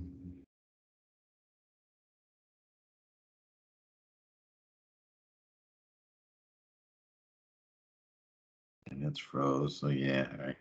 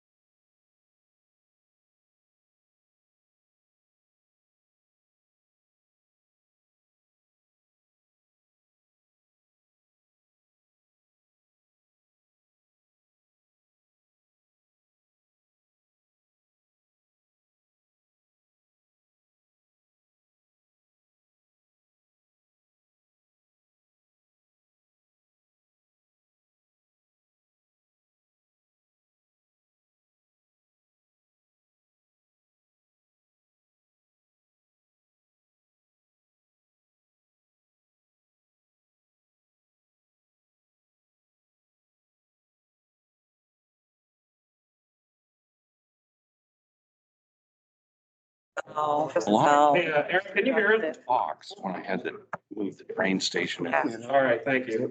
Oh, wait. And it's everything.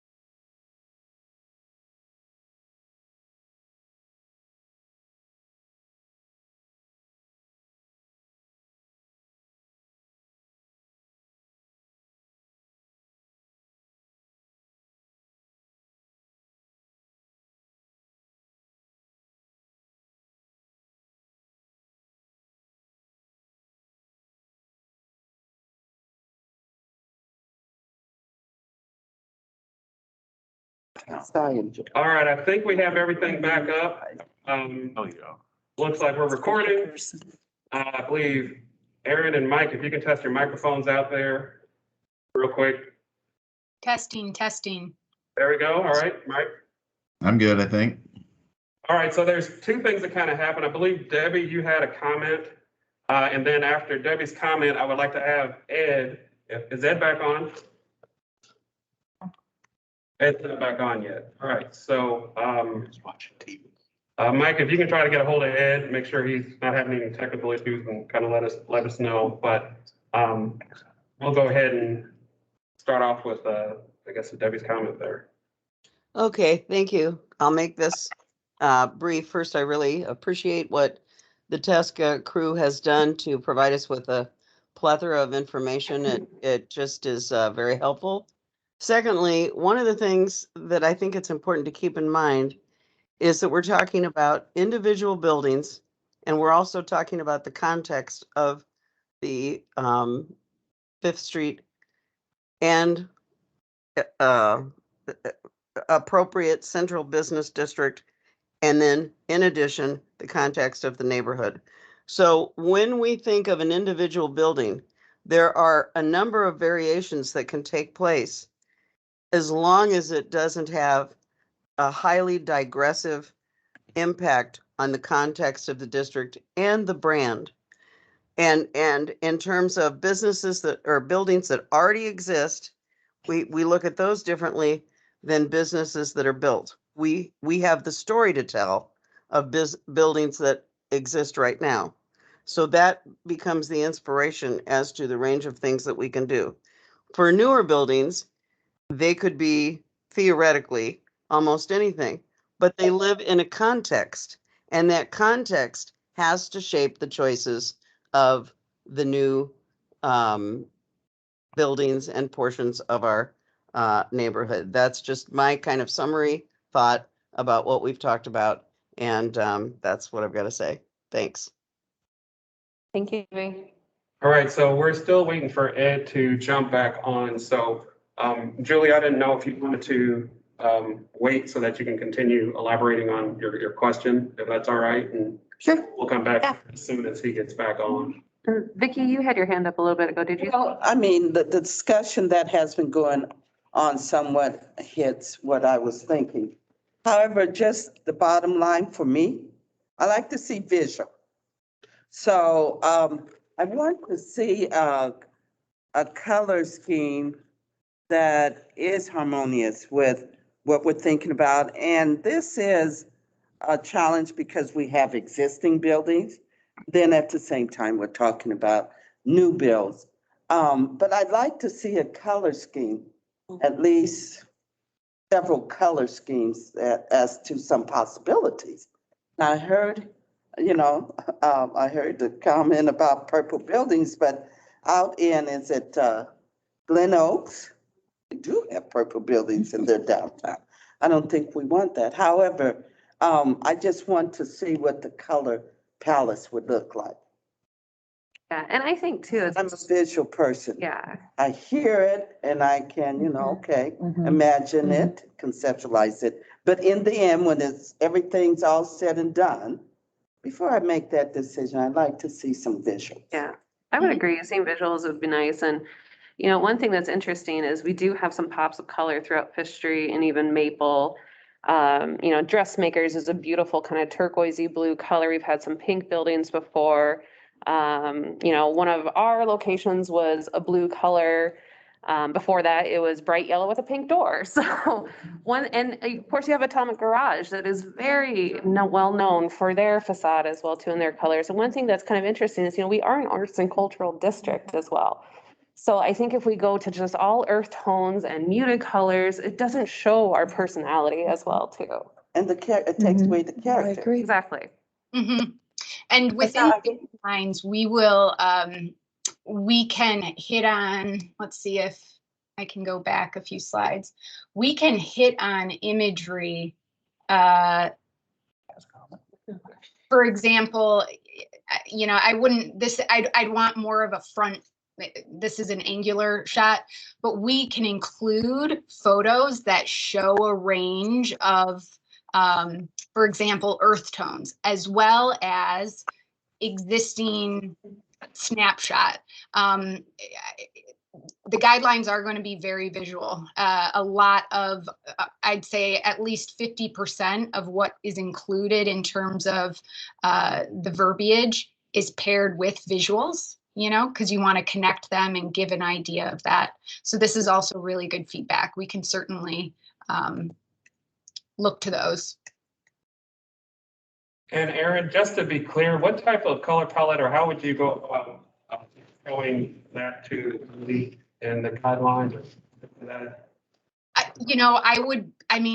For example, it was a step down image, but that step down image, for example, if we were to take eyedroppers and leader lines from, if we're talking earth tones, hitting on red, hitting on yellow, you can showcase it that way.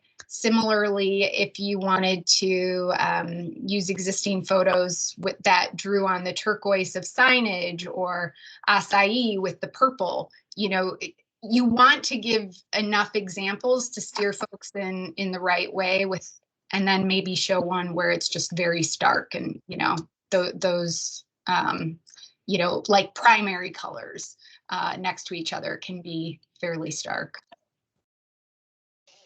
Nick, do you have a comment here? Yeah, Nick Woggy, 136 Third. How do we write up a proposed ordinance to eliminate or reduce the possibility of getting what I like to call bad style architecture? And I would say Relay on the corner of 4th and Maple. Wiederstein building is kind of a bad style architecture. It's hot now, but in 5 or 8 years, it'll be out of date. How do you go about and determine that? Well, I want to address that because that building was an absolute pig. So how do you criticize a firm coming in and making it something more unique and representative of their company? How do you criticize that improvement? I'm not criticizing it, but when you take it in context with the rest of Valley Junction, the entire historic district, it's kind of out of place. I don't know if there was enough there to apply design standards to. Yeah. Well, and one thing I think we have to keep in mind too is any time that there are huge surges of development in Valley Junction over our time period, it's been relative to that period of time. So 2AU, that building, you could say is a fad design, you know? So the styles of kind of the coast to coast buildings, you know, that was kind of a fad style as well too. So there's all these different kind of, so to speak, fad times, but they do tell our story, like as Debbie is telling. So each time that there is a period of big development down here, it's been relative to the time period and what that architectural style is. I understand that. And a lot of those architectural styles are still used. I don't see some of these features on some of these newer buildings. And I'm not just pointing out in Valley Junction. There are other buildings around Des Moines, West Des Moines, Urbandale that are, they're kind of a one-shot deal. You know, let's go out there, let's do it. We're going to do it like this. And then it's done. Material or the style or the look of that building is over and done with. It's short-lived, and maybe in West Des Moines or Valley Junction, it would be totally out of place. How do we, you know, how do you take care of that?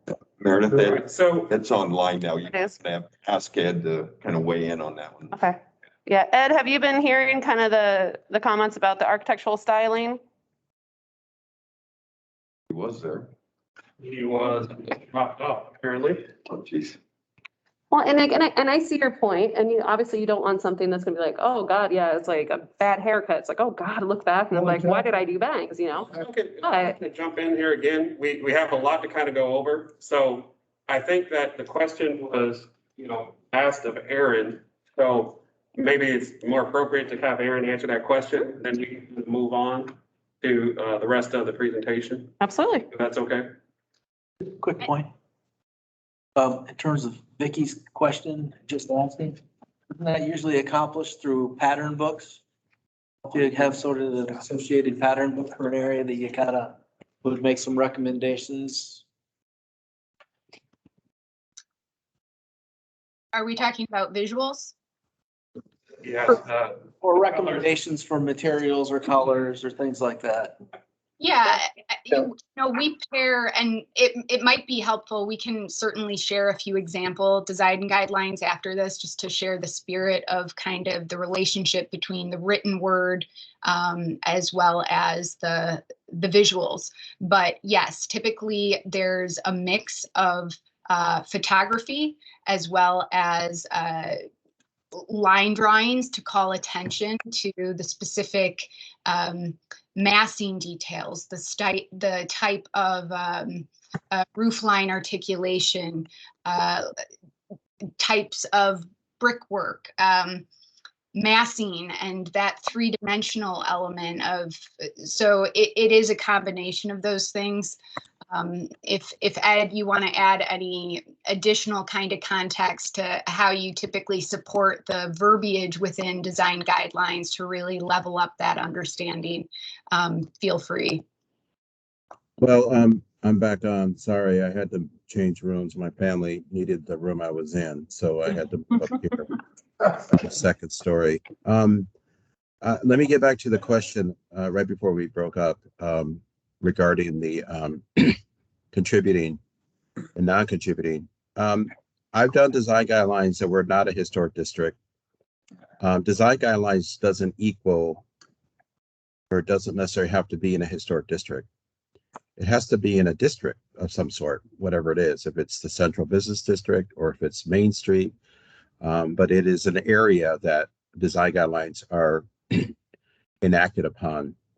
Now, this district does have contributing buildings and it has non-contributing, and it has perhaps contributing buildings with additions to them or with renovations or with alterations. The design guidelines is going to affect all of the buildings if they're contributed or not. Because again, the definition of the design guidelines has nothing to do with historic. In fact, I don't think anything on here mentioned historic or, contributing or anything like that. And that's typically all the design guidelines I've done, typically do not have that. It is a component. It is part of the fun. It is a contributing factor that you want to make sure that you're aware of it, because part of the historic character is the charm of your area. It is what defines you. It's not, it doesn't define you 100%, but it's a majority. It provides the spirit of your area. And the design guidelines is going to provide, again, guidance. I'm using the word guidance to this, to maintain or sustain the spirit, the character, the legacy of your area, of the districts, of the, here we have 3 districts. So design guidelines, they're not black and white, they're gray. And the reason they're gray is because you could have a number of different factors and different varieties. But what the design line is going to do, what I've done in the past, and you'll see in the examples, we sort of define elements, components of what defines a facade. And you start breaking it down into specific elements. And it doesn't necessarily have to be a green element or a purple element. It's just an element, like we mentioned, window muttons. You could have windows with 2 muttons, which defines the pattern of a building, or you could have 6 over 6, what they call 6 divisions over 6 divisions, or whatever it may be, or you could have 1 over 1. There are historic buildings that have no muttons and they're 1 over 1, but typically historic buildings do have smaller divisions of panes because that's how they are, in particularly like 100 years ago, 80 years ago. So our design guidelines it's going to be more of a guidance, more bullet points to the point of defining the components of what defines your architecture character. And we have to keep it that way because they need to be factors. They can't be subjective. If they are, they're not going to work. They have to be objective, and they have to use the mechanics of what creates architecture, what creates the building, the storefront, the mullions, the bulkhead, as you guys call, I think you called it the knee wall, with the bulkhead and storefronts. The bulkheads have been around for a long time. The transoms and the storefront, the window headers, the brick molds, it goes on and on. So all those, we will define those so we're aware of those components and how they can harmonize, either if it's a new building or a renovation, how can those components harmonize with existing original components? And that's the objective of guidelines. And we do have to keep it objective, or again, they're going to be difficult to be used as tools. And the design guidelines are tools for you to be consistent with what you require for developers. And typically they're stronger if they're objective too. Nobody can knock them down because they're just what they are. So that's where we are with design. I hope I answered the question. I probably went a little bit I always go too far and deep in the answer, but I just want to make sure everybody understands what this document, this part of this whole cohesive approach that Tesco has been doing for so many years now. And this is going to be one component, a tool that you may use to help developers understand what you want them to do, and perhaps to help you communicate those things to a developer, and also help sustain the beauty that you have in your community now. All right, thank you, Ed. I appreciate that. We need to kind of get back on the rails here a little bit. So Aaron, I'm going to let you continue on. Sure, yeah. So the next section is the built form for the transitional area. So this would be generally defined at this point as the areas neighboring, surrounding Fifth and the mixed use commercial. In terms of highest rated images, here we have, the single family homes that highlight brick, varied roof lines, but very kind of traditional, clean contrast in terms of the palettes, front facing porches, and historic in terms of their look, but new structures. Existing building here, but again, that single family kind of traditional architecture, stone foundation. This is set back slightly from the sidewalk. These are smaller examples of starter homes. Some of the details here, clearly this has metal roofing and some pretty cool kind of roof delineation in terms of the gables and dormers, and those really also cater to giving a quality look, even though these are smaller scale homes. This is more in the element of live work. You certainly have the building set back a little further, creating more space for, the different types of streetscape and frontage, but a mix of architectures, again, in the two-story scale. There's a really great overview and infographic. If you go to popchart.co, you can zoom in on all these historic homes, and it goes linearly through the ages. So starting in that second row, it actually goes in pre-railroad. But these are some of the details. So when you're looking at gable front homes, or how the different pitches of roof lines can add character to a community and that transition area. In terms of lowest rated images, Aaron, can you wait there? Okay, now we've got it back. We didn't have your picture there for a minute. We got it back. Never mind. Go ahead. Sure thing. No, thank you. That's important. In terms of lowest rated images, this example here, I think the two structures are clearly, very dissimilar. Important to note that there's no side setback between the two structures. They almost look joined. And they also have varying front setbacks. So there's a front yard setback in front of the house structure, whereas the box building on the end is situated on the corner. These two-story duplexes scored lower. Again, some of the details here that we would hone in on as discouraging in the design guidelines, if they aren't well received, are, for example, they have a very large vertical entryway, very minimal roofline delineation, and the architecture overall was not well received. They also have concrete stairs and just a single railing.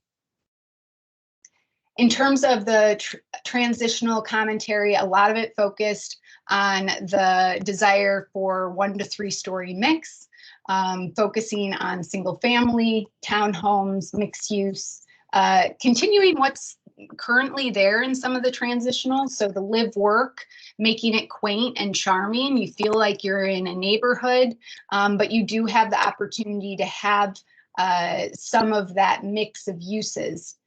Affordability was brought up. We want to make sure that this area still has those kind of vintage small scale homes, whether it's starter homes as townhomes were voiced, or whether it's those smaller scale homes that were highly rated, as well as porches.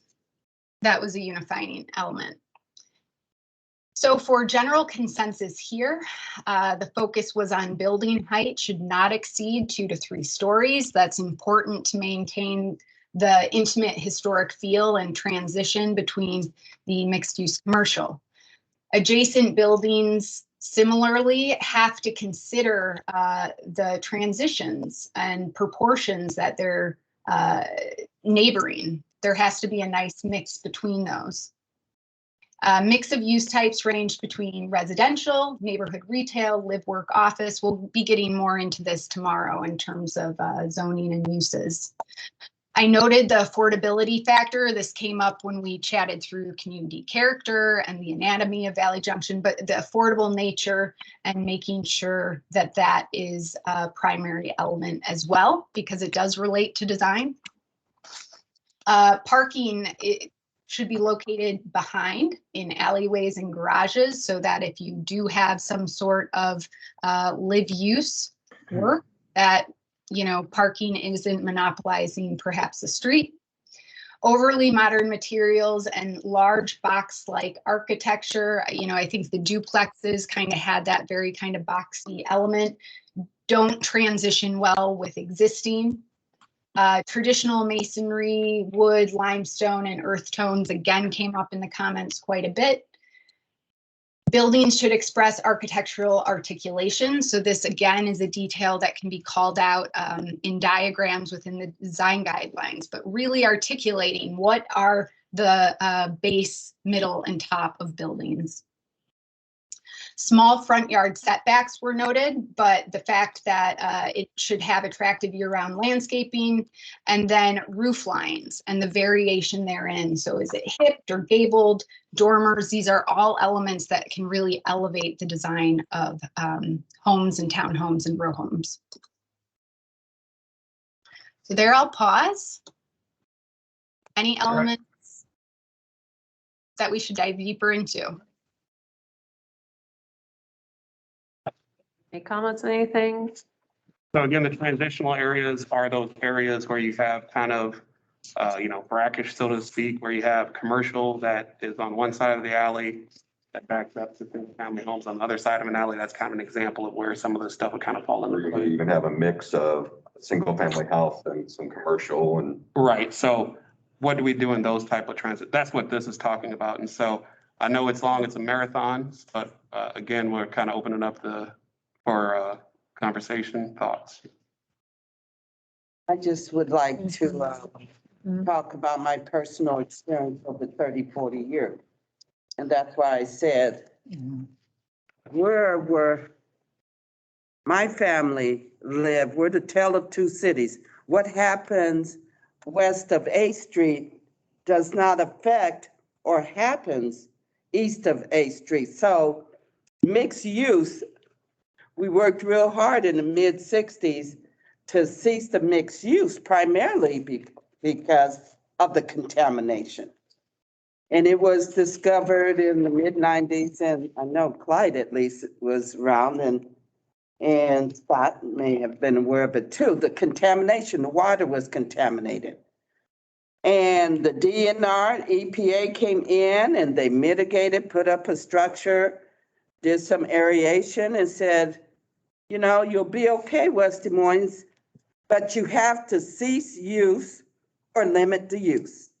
So that's why I always bring up legal non-conforming use, because one of the properties is zoned legal non-conforming, but there's been a lack of enforcement. And so their use have spread out beyond anything expected, even beyond what was there 50 years ago. So last week it shows up in the newspaper that the city of West Des Moines water is contaminated.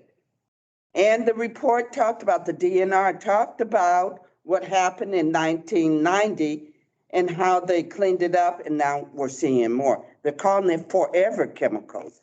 That's something you could get rid of. And where are those wells? There's 4 wells that were identified. I looked them up. They're between 10th and 13th Street on Railroad, and the other one's at 12th and Maple, right across the street from where I live. But yet we're complaining about a property that was found to be the source of contamination, continuing to operate. And then you wonder why these chemicals have came back again. So I can tell you, I'm against mixed use. And that's for in our area because of what we experience. And I don't think mixed use would fit in the area where I live. And so I'm saying the 100 block of 9th, 10th, 11th Street. So that's a special area, but we got some serious stuff going on. And health hazard, environmental issues that, you know, we're clueless, city's not doing anything, and if it doesn't matter, it does matter. Leo and I talk about it often, but it matters, and it's back again because the city didn't follow through with what they. Are these design guidelines, are these for the entire historic West Des Moines, or are these just No, I'm for talking the? about the mixed use only in the area where we're at. Will Yeah. mixed use work in other areas? That's the question before you, but I can speak about our area. Wouldn't want mixed use to come back.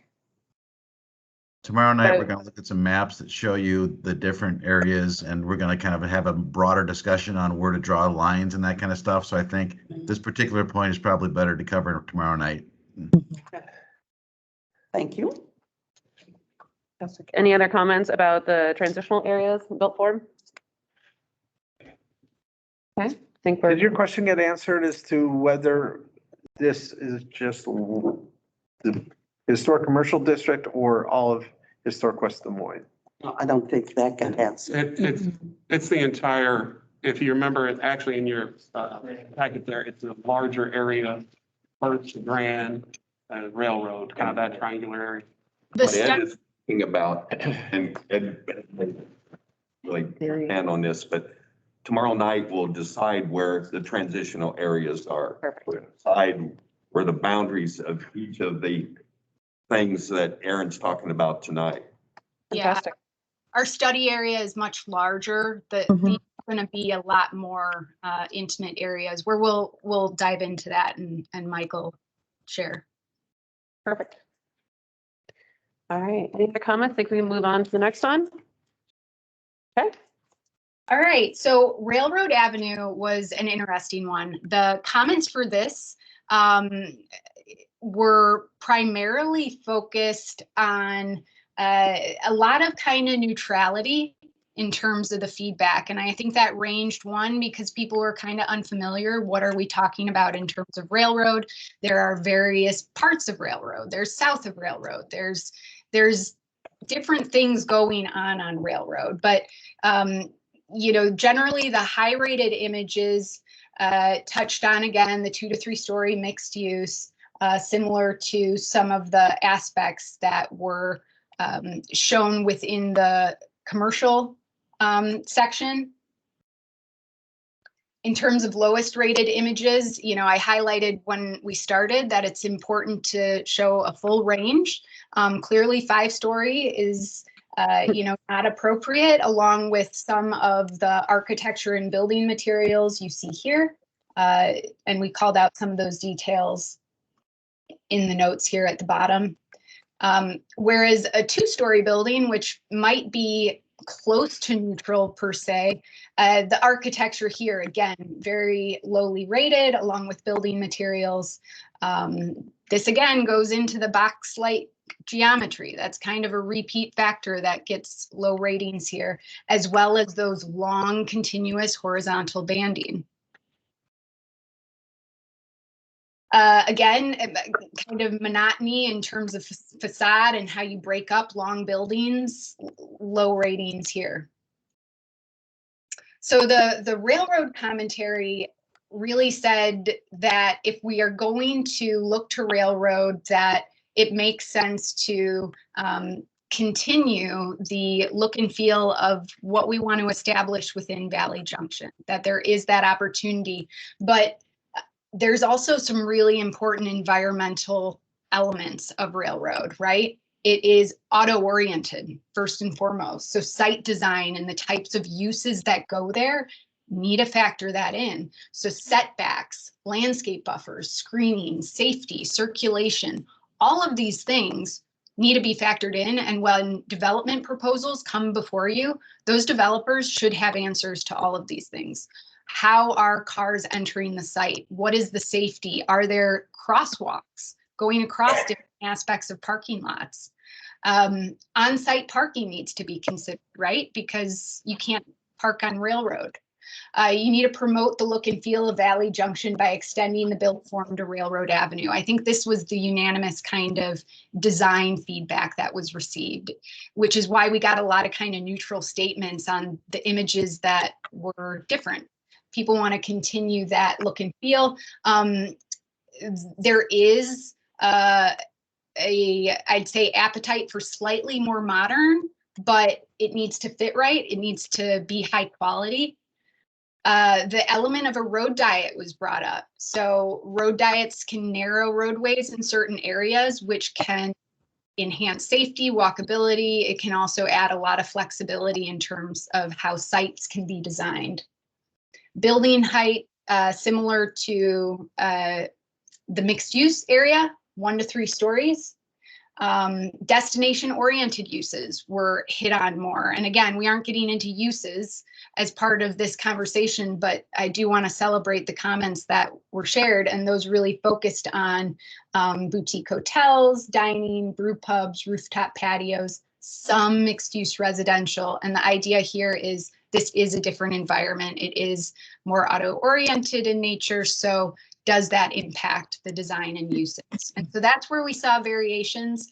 I think the real aspect that we're going to need to hit home on in terms of the design guidelines goes back to that site design, right? So the setbacks, the landscape buffers, the circulation, how do you ensure that pedestrian safety? How do you make it a welcoming environment?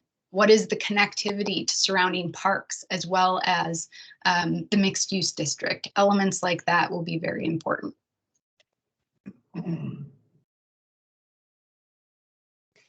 Any comments? The one I wanted to throw out real quick is I think there might be a little difference between the north side of railroad and the south side of railroad. I mean, there's not a lot of development opportunity on the south side of railroad, but there is a little bit. And in that little bit, maybe we do entertain something that might be 4 or 5 stories. I don't know. But I could possibly see a difference on the south side of railroad. On the north side, clearly you're adjacent to homes and residential. North of that, and we have to be very sensitive to that. So those height limitations are really important. On the south side of railroad, probably not quite as much. The other thing I worry about is road diet. If they're talking about actual railroad avenue, there's a lot of traffic on there, so I don't know how feasible road diet would be on there, but I know the idea was thrown out of like a crosswalk down there eventually, if that area develops down there. Yeah, and in terms of the road diet, we would, make that maybe as a consideration. There'd have to be traffic studies, and that would be kind of a element that goes beyond design guidelines. But the goal of design guidelines focuses on enhancing walkability, enhancing safety, and how does road diet happen? It's through traffic engineering and studies. Any other comments or feedback? Okay. Moving on. All right. So ground floor, highest rated images, traditional Main Street, this came in at a 4.5, very highly rated. We have slightly recessed entryways, some nice detailing in the windows, that banding that you see across between the second and first floor. Ornate little details add up, and it certainly is showcased here, as well as the traditional Main Street picture that you see here. This kind of showcases the consistent patterning. You're able to see how different elements of window design as well as entries stack up together. Oh, the ice cream cone. No one was hungry. No one was hungry when they took this? No. So this is an eccentric image. I think this is in, oh gosh, Ed, remind me. Little Havana, Miami. Yes, Little Havana, Miami. So we did get some good comments on this one. People, I know one comment was, I love the ice cream, but I didn't like the sky behind it. This is eccentric. We put it in on purpose. There are other elements to the ground floor here that clearly you can hone in terms of the doorway entrances and kind of that facade, but we couldn't pass up the ice cream cone. And, there are examples of where you see some of these kind of older, slightly industrial buildings. But this is an example of painted brick. Obviously a very metal entry door. This isn't super inviting per se, depending on the use, and glass block windows. And this example here, you have more of a temporary type of fencing, corrugated metal, awning. There was discussion about doorways, right? So this is an example of a very simple type of doorway. And we will get into entrances within the design guidelines. So thoughts in terms of the entryways are very important. So a focus here in terms of comments. First and foremost, this is about an experience, right? The ground floor design in Valley Junction is about experiencing Valley Junction and experiencing retail environment. So the focus on catering to that, making sure that it's walkable, that it's accessible, ADA, that it's inviting and homey, that cookie cutter designs should be avoided, that it should have more personality and character than that. But you can look to some cool elements. So someone cited, the opening at Venue, or what used to be Vino 209. And so we did hit on some of those components as well in the summary statements. Ground floor within a walkable, shoppable area, that transparency, as well as windows to cater to that retail visitor experience. That building corners, edges, and entrances should be clearly articulated. This goes back to that feeling of quality architecture. Rhythm of windows, bays, and entryways should transition and flow, especially between buildings that aren't built together. The historic vibe is important, but so too is that eclectic twist. We had the cosign program come in and really celebrate the different personality of place. And signage, lighting, building materials, murals, these are all ways to do that. Sidewalks should remain free of retail goods. This was noted a few times over, except on, events and specialty occasions and sidewalk sales. But generally, the ease of mobility should take front seat and really allow for that comfortable pedestrian experience. Recessed entryways were generally preferred. I'd kind of like to hear if you have different views on that. And the focus on outdoor cafes and patio seating, they are so desired, and we'll get to that in the results from the alleyways and streetscapes, but generally to avoid them within the pedestrian right-of-way, because you don't want that, again, blocking the mobility. And the last note here is on design features that can enhance seasonal experiences. So facades that have restaurants or cafes, you can have sliding windows to open that up and give that open air environment, as well as awnings to provide shade and some of those personality elements as well. So I'll pause there, but I am curious, are recessed entryways, they are a historic feature, and I know that a lot of entryways are recessed. Is that generally preferred? Is that? I would say I like it. Yeah. I know on our office, the pedestrian side door is not recessed, and I always worry that I'm gonna open it into somebody's face. And I don't know what, I assume with new building codes, they probably have to be recessed, don't they? Yeah. Yeah, I like that you're recessed. Yeah, I mean, I don't want it set way back, far enough back that it's not gonna be an obstacle when you open the door. And especially if people want to have their doors open, like on a nice day, you don't want it projecting out onto the sidewalk. Absolutely. Yeah, good point.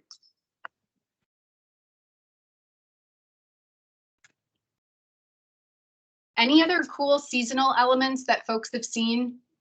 I know that wintertime, pandemic, things have come out. Summertime, you want to experience the weather. If there are any other examples like that, please send them along. The opening garage doors kind of got a mixed review. They weren't hated, but they weren't loved. So if you do have examples, you've seen examples, things like that, where, again, in design guidelines, you don't tell people to put those in, but you can show images and, highlight them as ways to really promote and support small businesses year round. I have one comment, and that was, somebody had mentioned to me those open areas, that go back to the parking. They're like width of the building. Yeah. That idea that those could be designed for pop-up opportunities, like it could be pop-ups for music festival, crafts, or even using it as a more to have farmers markets and things like that without taking away from the fun.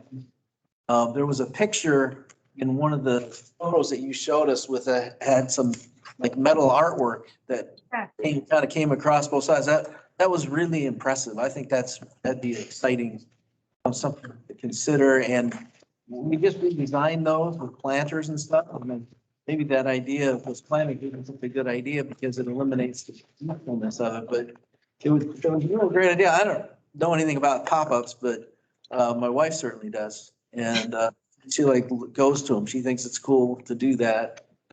Well, So that's just a thought. Ralph, are you telling me to go to the next section? The next section. Maybe. That was a very, very respectful way of doing it. Is everyone? Happy to help. Good segue, Ralph. Yeah. Well, and I do want to say we have a lot to cover. My email's there at the end. Send me ideas, send me feedback. Today is not the end of it. We'll be working on this hard over the next week. Okay, streetscape. Ta-da! Ask and you shall receive. So Scranton Alley is a really cool alley in Lake Bluff, Illinois. You guys have so much opportunity with these, and they are great flex spaces. So mid-block alleys were very highly rated within the streetscape section. They present ample opportunities to program them through all the seasons as well as day and night. A unique element to highlight here, we know mobility is really important. This specific space is set up such that you have a very central access. But again, flexibility is nice in terms of the elements. Scranton Alley highlighted more of a trellis overview. You can also do really creative things with Tivoli lights. These are important not only because they add ambiance, but they also bring a general sense of safety and lighting that can be minimal, but also really add to that walkthrough space. Another highly rated image, which I think this is the one you were speaking to, Ralph. There are different gateway elements, and whether it's contracting with local artists, a number of different ways to celebrate that. You could carry over, the gateway arches or in different elements. This also image on the right highlighting ways to provide shade, which we know is, very sought after. You want those, whether it's through trees, whether it's through temporary canopies, such as shown here. The streetscape features in both of these images received a 4.2. Things to note is that on the top image, this streetscape was adjusted such that it has a slightly curvilinear pathway, which slows traffic. It also expands the right-of-way sidewalk width for mobility there. Blade signs clearly on the top image as well. And then some cool elements in the bottom image. You have very clear crosswalks. You have a landscape bump out there. There's a really strong component to perception and safety of crossing a street, even if it's just 3 feet difference with bump outs, as well as the historic placards, which we've talked about at many meetings. One question that I want to hone on here, do you see the upper, and in the bottom image here, you see those upper story awnings? They're little individual awnings. Are there any examples of that in Valley Junction? Is that a style that is? I'm gonna have to go. Not anymore. There's been a few, but. Yeah, there used to be. That's Chelsea's. The tavern. Tavern. Does the tavern have those? Yeah. Yeah, I could. Okay. So as you go home tonight and you're thinking about. That's all right. You know, think about details like this. If there are specific things that you noticed in the images that you think should be called out, please do let us know. those details are sometimes, you know, what's missed in all these photos. Trash and recycling, very highly.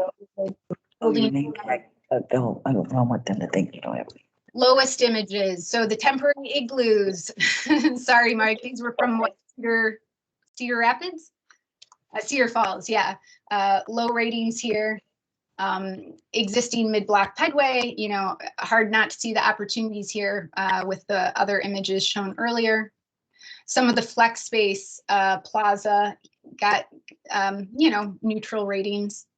But a lot of the streetscape commentary, this was a huge section, lots to cover, but they really focused on the use of color, crosswalks, both from safety as well as aesthetics, landscaping and bump outs, as well as murals, how to activate those alleyways while also ensuring mobility, cafe seating. That's really the opportunity there was vocalized, and the opportunity to provide shade and just day and night activation. So general consensus here, definitely the focus on alleys utilized for outdoor dining, including furnishings like seating, shade options, canopy, trees, and landscaping. Overhead lighting encouraged to enhance the aesthetic, ambiance, and safety. So those Tivoli lights, very highly rated. More trash and recycling cans desired throughout. We know the pickup element is a different situation. So, but focusing on the element of location and abilities there. Streetscape elements should not disrupt walkability. So again, enhancing and maintaining the mobility, but focusing perhaps in those mid-block alleyway pedways. Addition of wayfinding signage, especially for the cross streets, and making sure that the retailers there have visibility, historic plaques, information signage, traffic calming. And so how to do that along Fifth. Bump outs can be used also for outdoor dining, those, you know, depending on how large they are, as well as art and seating. And there are photos, and we could highlight photos and will. Enhancing pedestrian crossings, as well as wider sidewalks to create a safer and more enjoyable pedestrian experience were the general consensus comments. Comment? The only thing I had a question on, Erin, for streetscape elements should not disrupt walkability on sidewalks along Fifth Street. What about like if people have benches or planters in their buildings? In front of their buildings? Mm-hmm. Yeah, it's a good question. I think the overall consideration there was to look at the general walkway, like what that is. If there are things, if you're looking down the sidewalk and you're seeing things clearly abutting in to that main trajectory. Yeah. You know, certain entryways are recessed and they have more flexibility in that. So I don't know if it's a one size fits all, but it's something we should discuss if that's a component. Yeah, because right now we have a code where like beautification, you can have a bench, planters out, and then a sign, but your sign either has to be like right up next to your building or in the brick pavers. So we definitely would probably want to address that. Great point. Yes.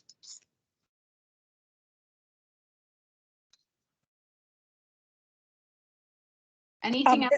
I liked the notion that there's building signage. I remember at a presentation a meeting or so ago where there were some very beautiful pictures of way we can use signs on buildings to tell the history. This plaque certainly is plain, and I've seen better ones. But I really like the notion of trying to tell the story and present the history in the way of nice plaques and on various buildings. That's really neat. And I'm glad that was rated high. Great. Yeah, we can look back to see what specific example that was, because choosing the right examples for design guidelines makes a big. Yeah, I'm sure. Yeah, I got sure it, that'll Erin. be a process, but. Mike's nodding his head. We'll find it. We got it. Yeah. But yeah, I love the bump out idea too, for making it safer for people to cross and giving added opportunities for landscaping and signage there. Mhm. Mhm. Something that got my attention.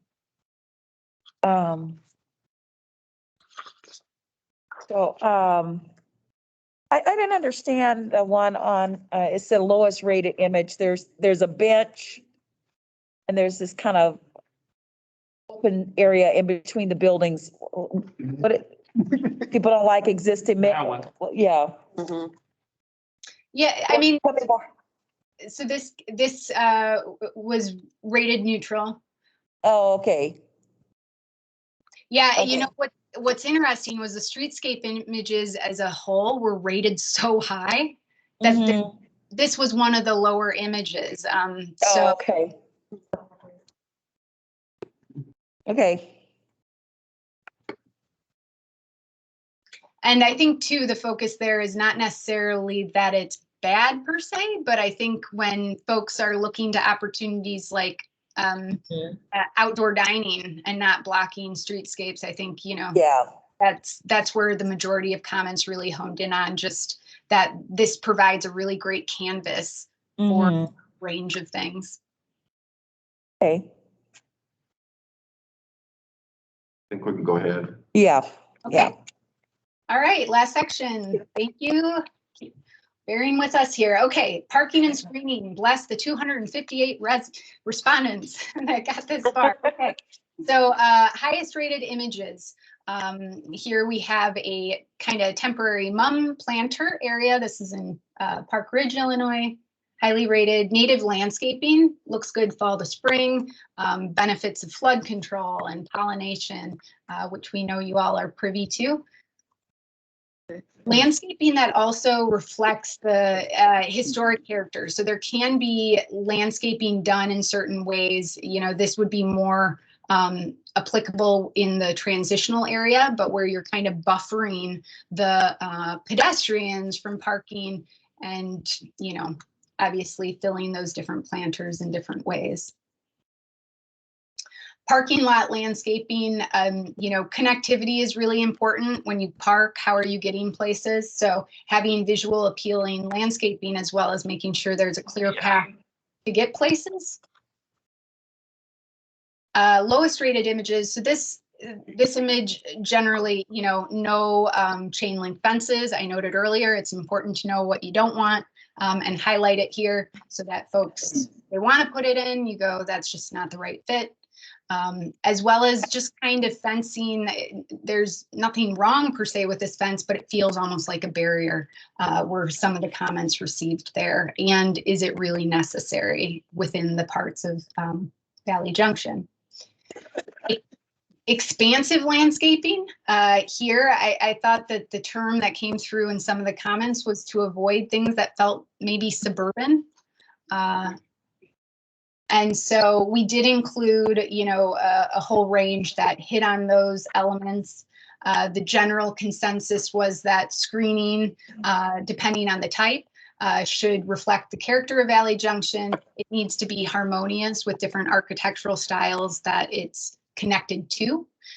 Fencing overall felt restrictive and uninviting, so that that fencing was not generally thought of as necessary in most areas. That landscape screening is preferred in place of that as a natural buffer. Screening of trash enclosures is important, but not so much that it encroaches on, you know, circulation and movement. Maintenance of landscaping, as well as year-round appeal is important. So, you know, making sure things don't look sad, or that, you know, salt tolerance of the type of different materials you put in. Walkability, mobility, and access is a streamlined element of almost all of the categories, and making sure that that is essential and thought out through any development proposal that comes in. It's a must. And then the opportunity for temporary or rotating public art. So the chain link fence that did have art on it, multiple folks commented on, you know, I really like the idea of art, especially if something is being developed and we want to mask that. There are opportunities there. So those were the general points there. Anything that strikes people as incomplete or they want to add to. I guess I would just say that, you know, this to me links with, when you're talking about parking lot landscaping, it really links to the walkways and, you know, the parking survey is going to get to that. You know, we have existing unused parking. So anything we can do to make the short walk between a parking lot and Fifth Street more inviting and pleasant and make sure people want to feel safe heading that direction, that's important. Mm-hmm. Anyone else? Okay. I don't parking or streetscape, but bike access. Bicycle access, yeah. I think the city is installing more bike racks this summer and everything too, but actual access. Sorry, Meredith, could you repeat that? Yeah. Oh, sure, yeah. I believe the city is installing more bicycle racks this spring and summer during the second phase of the streetscape project. But yeah, many people have talked about bicycle access from like the trails and everything too. Right.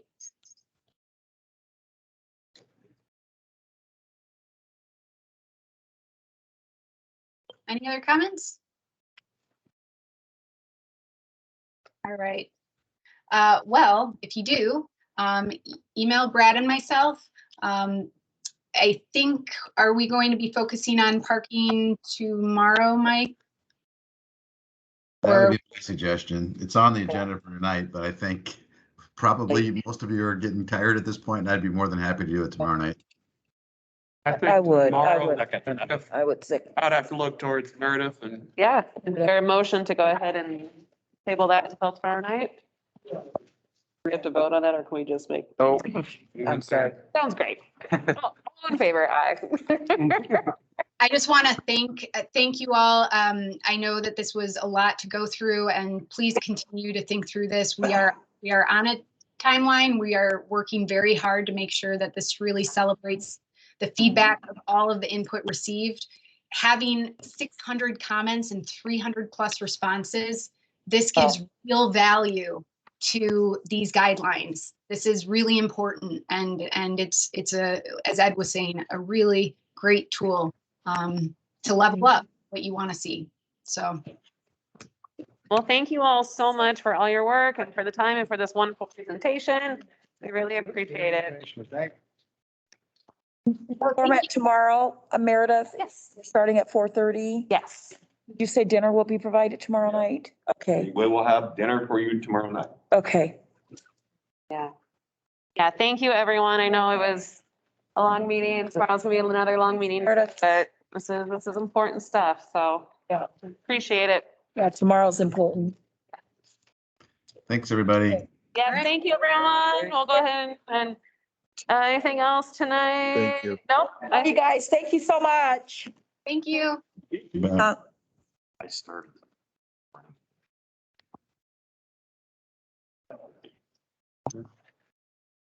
Thanks, John. Yeah.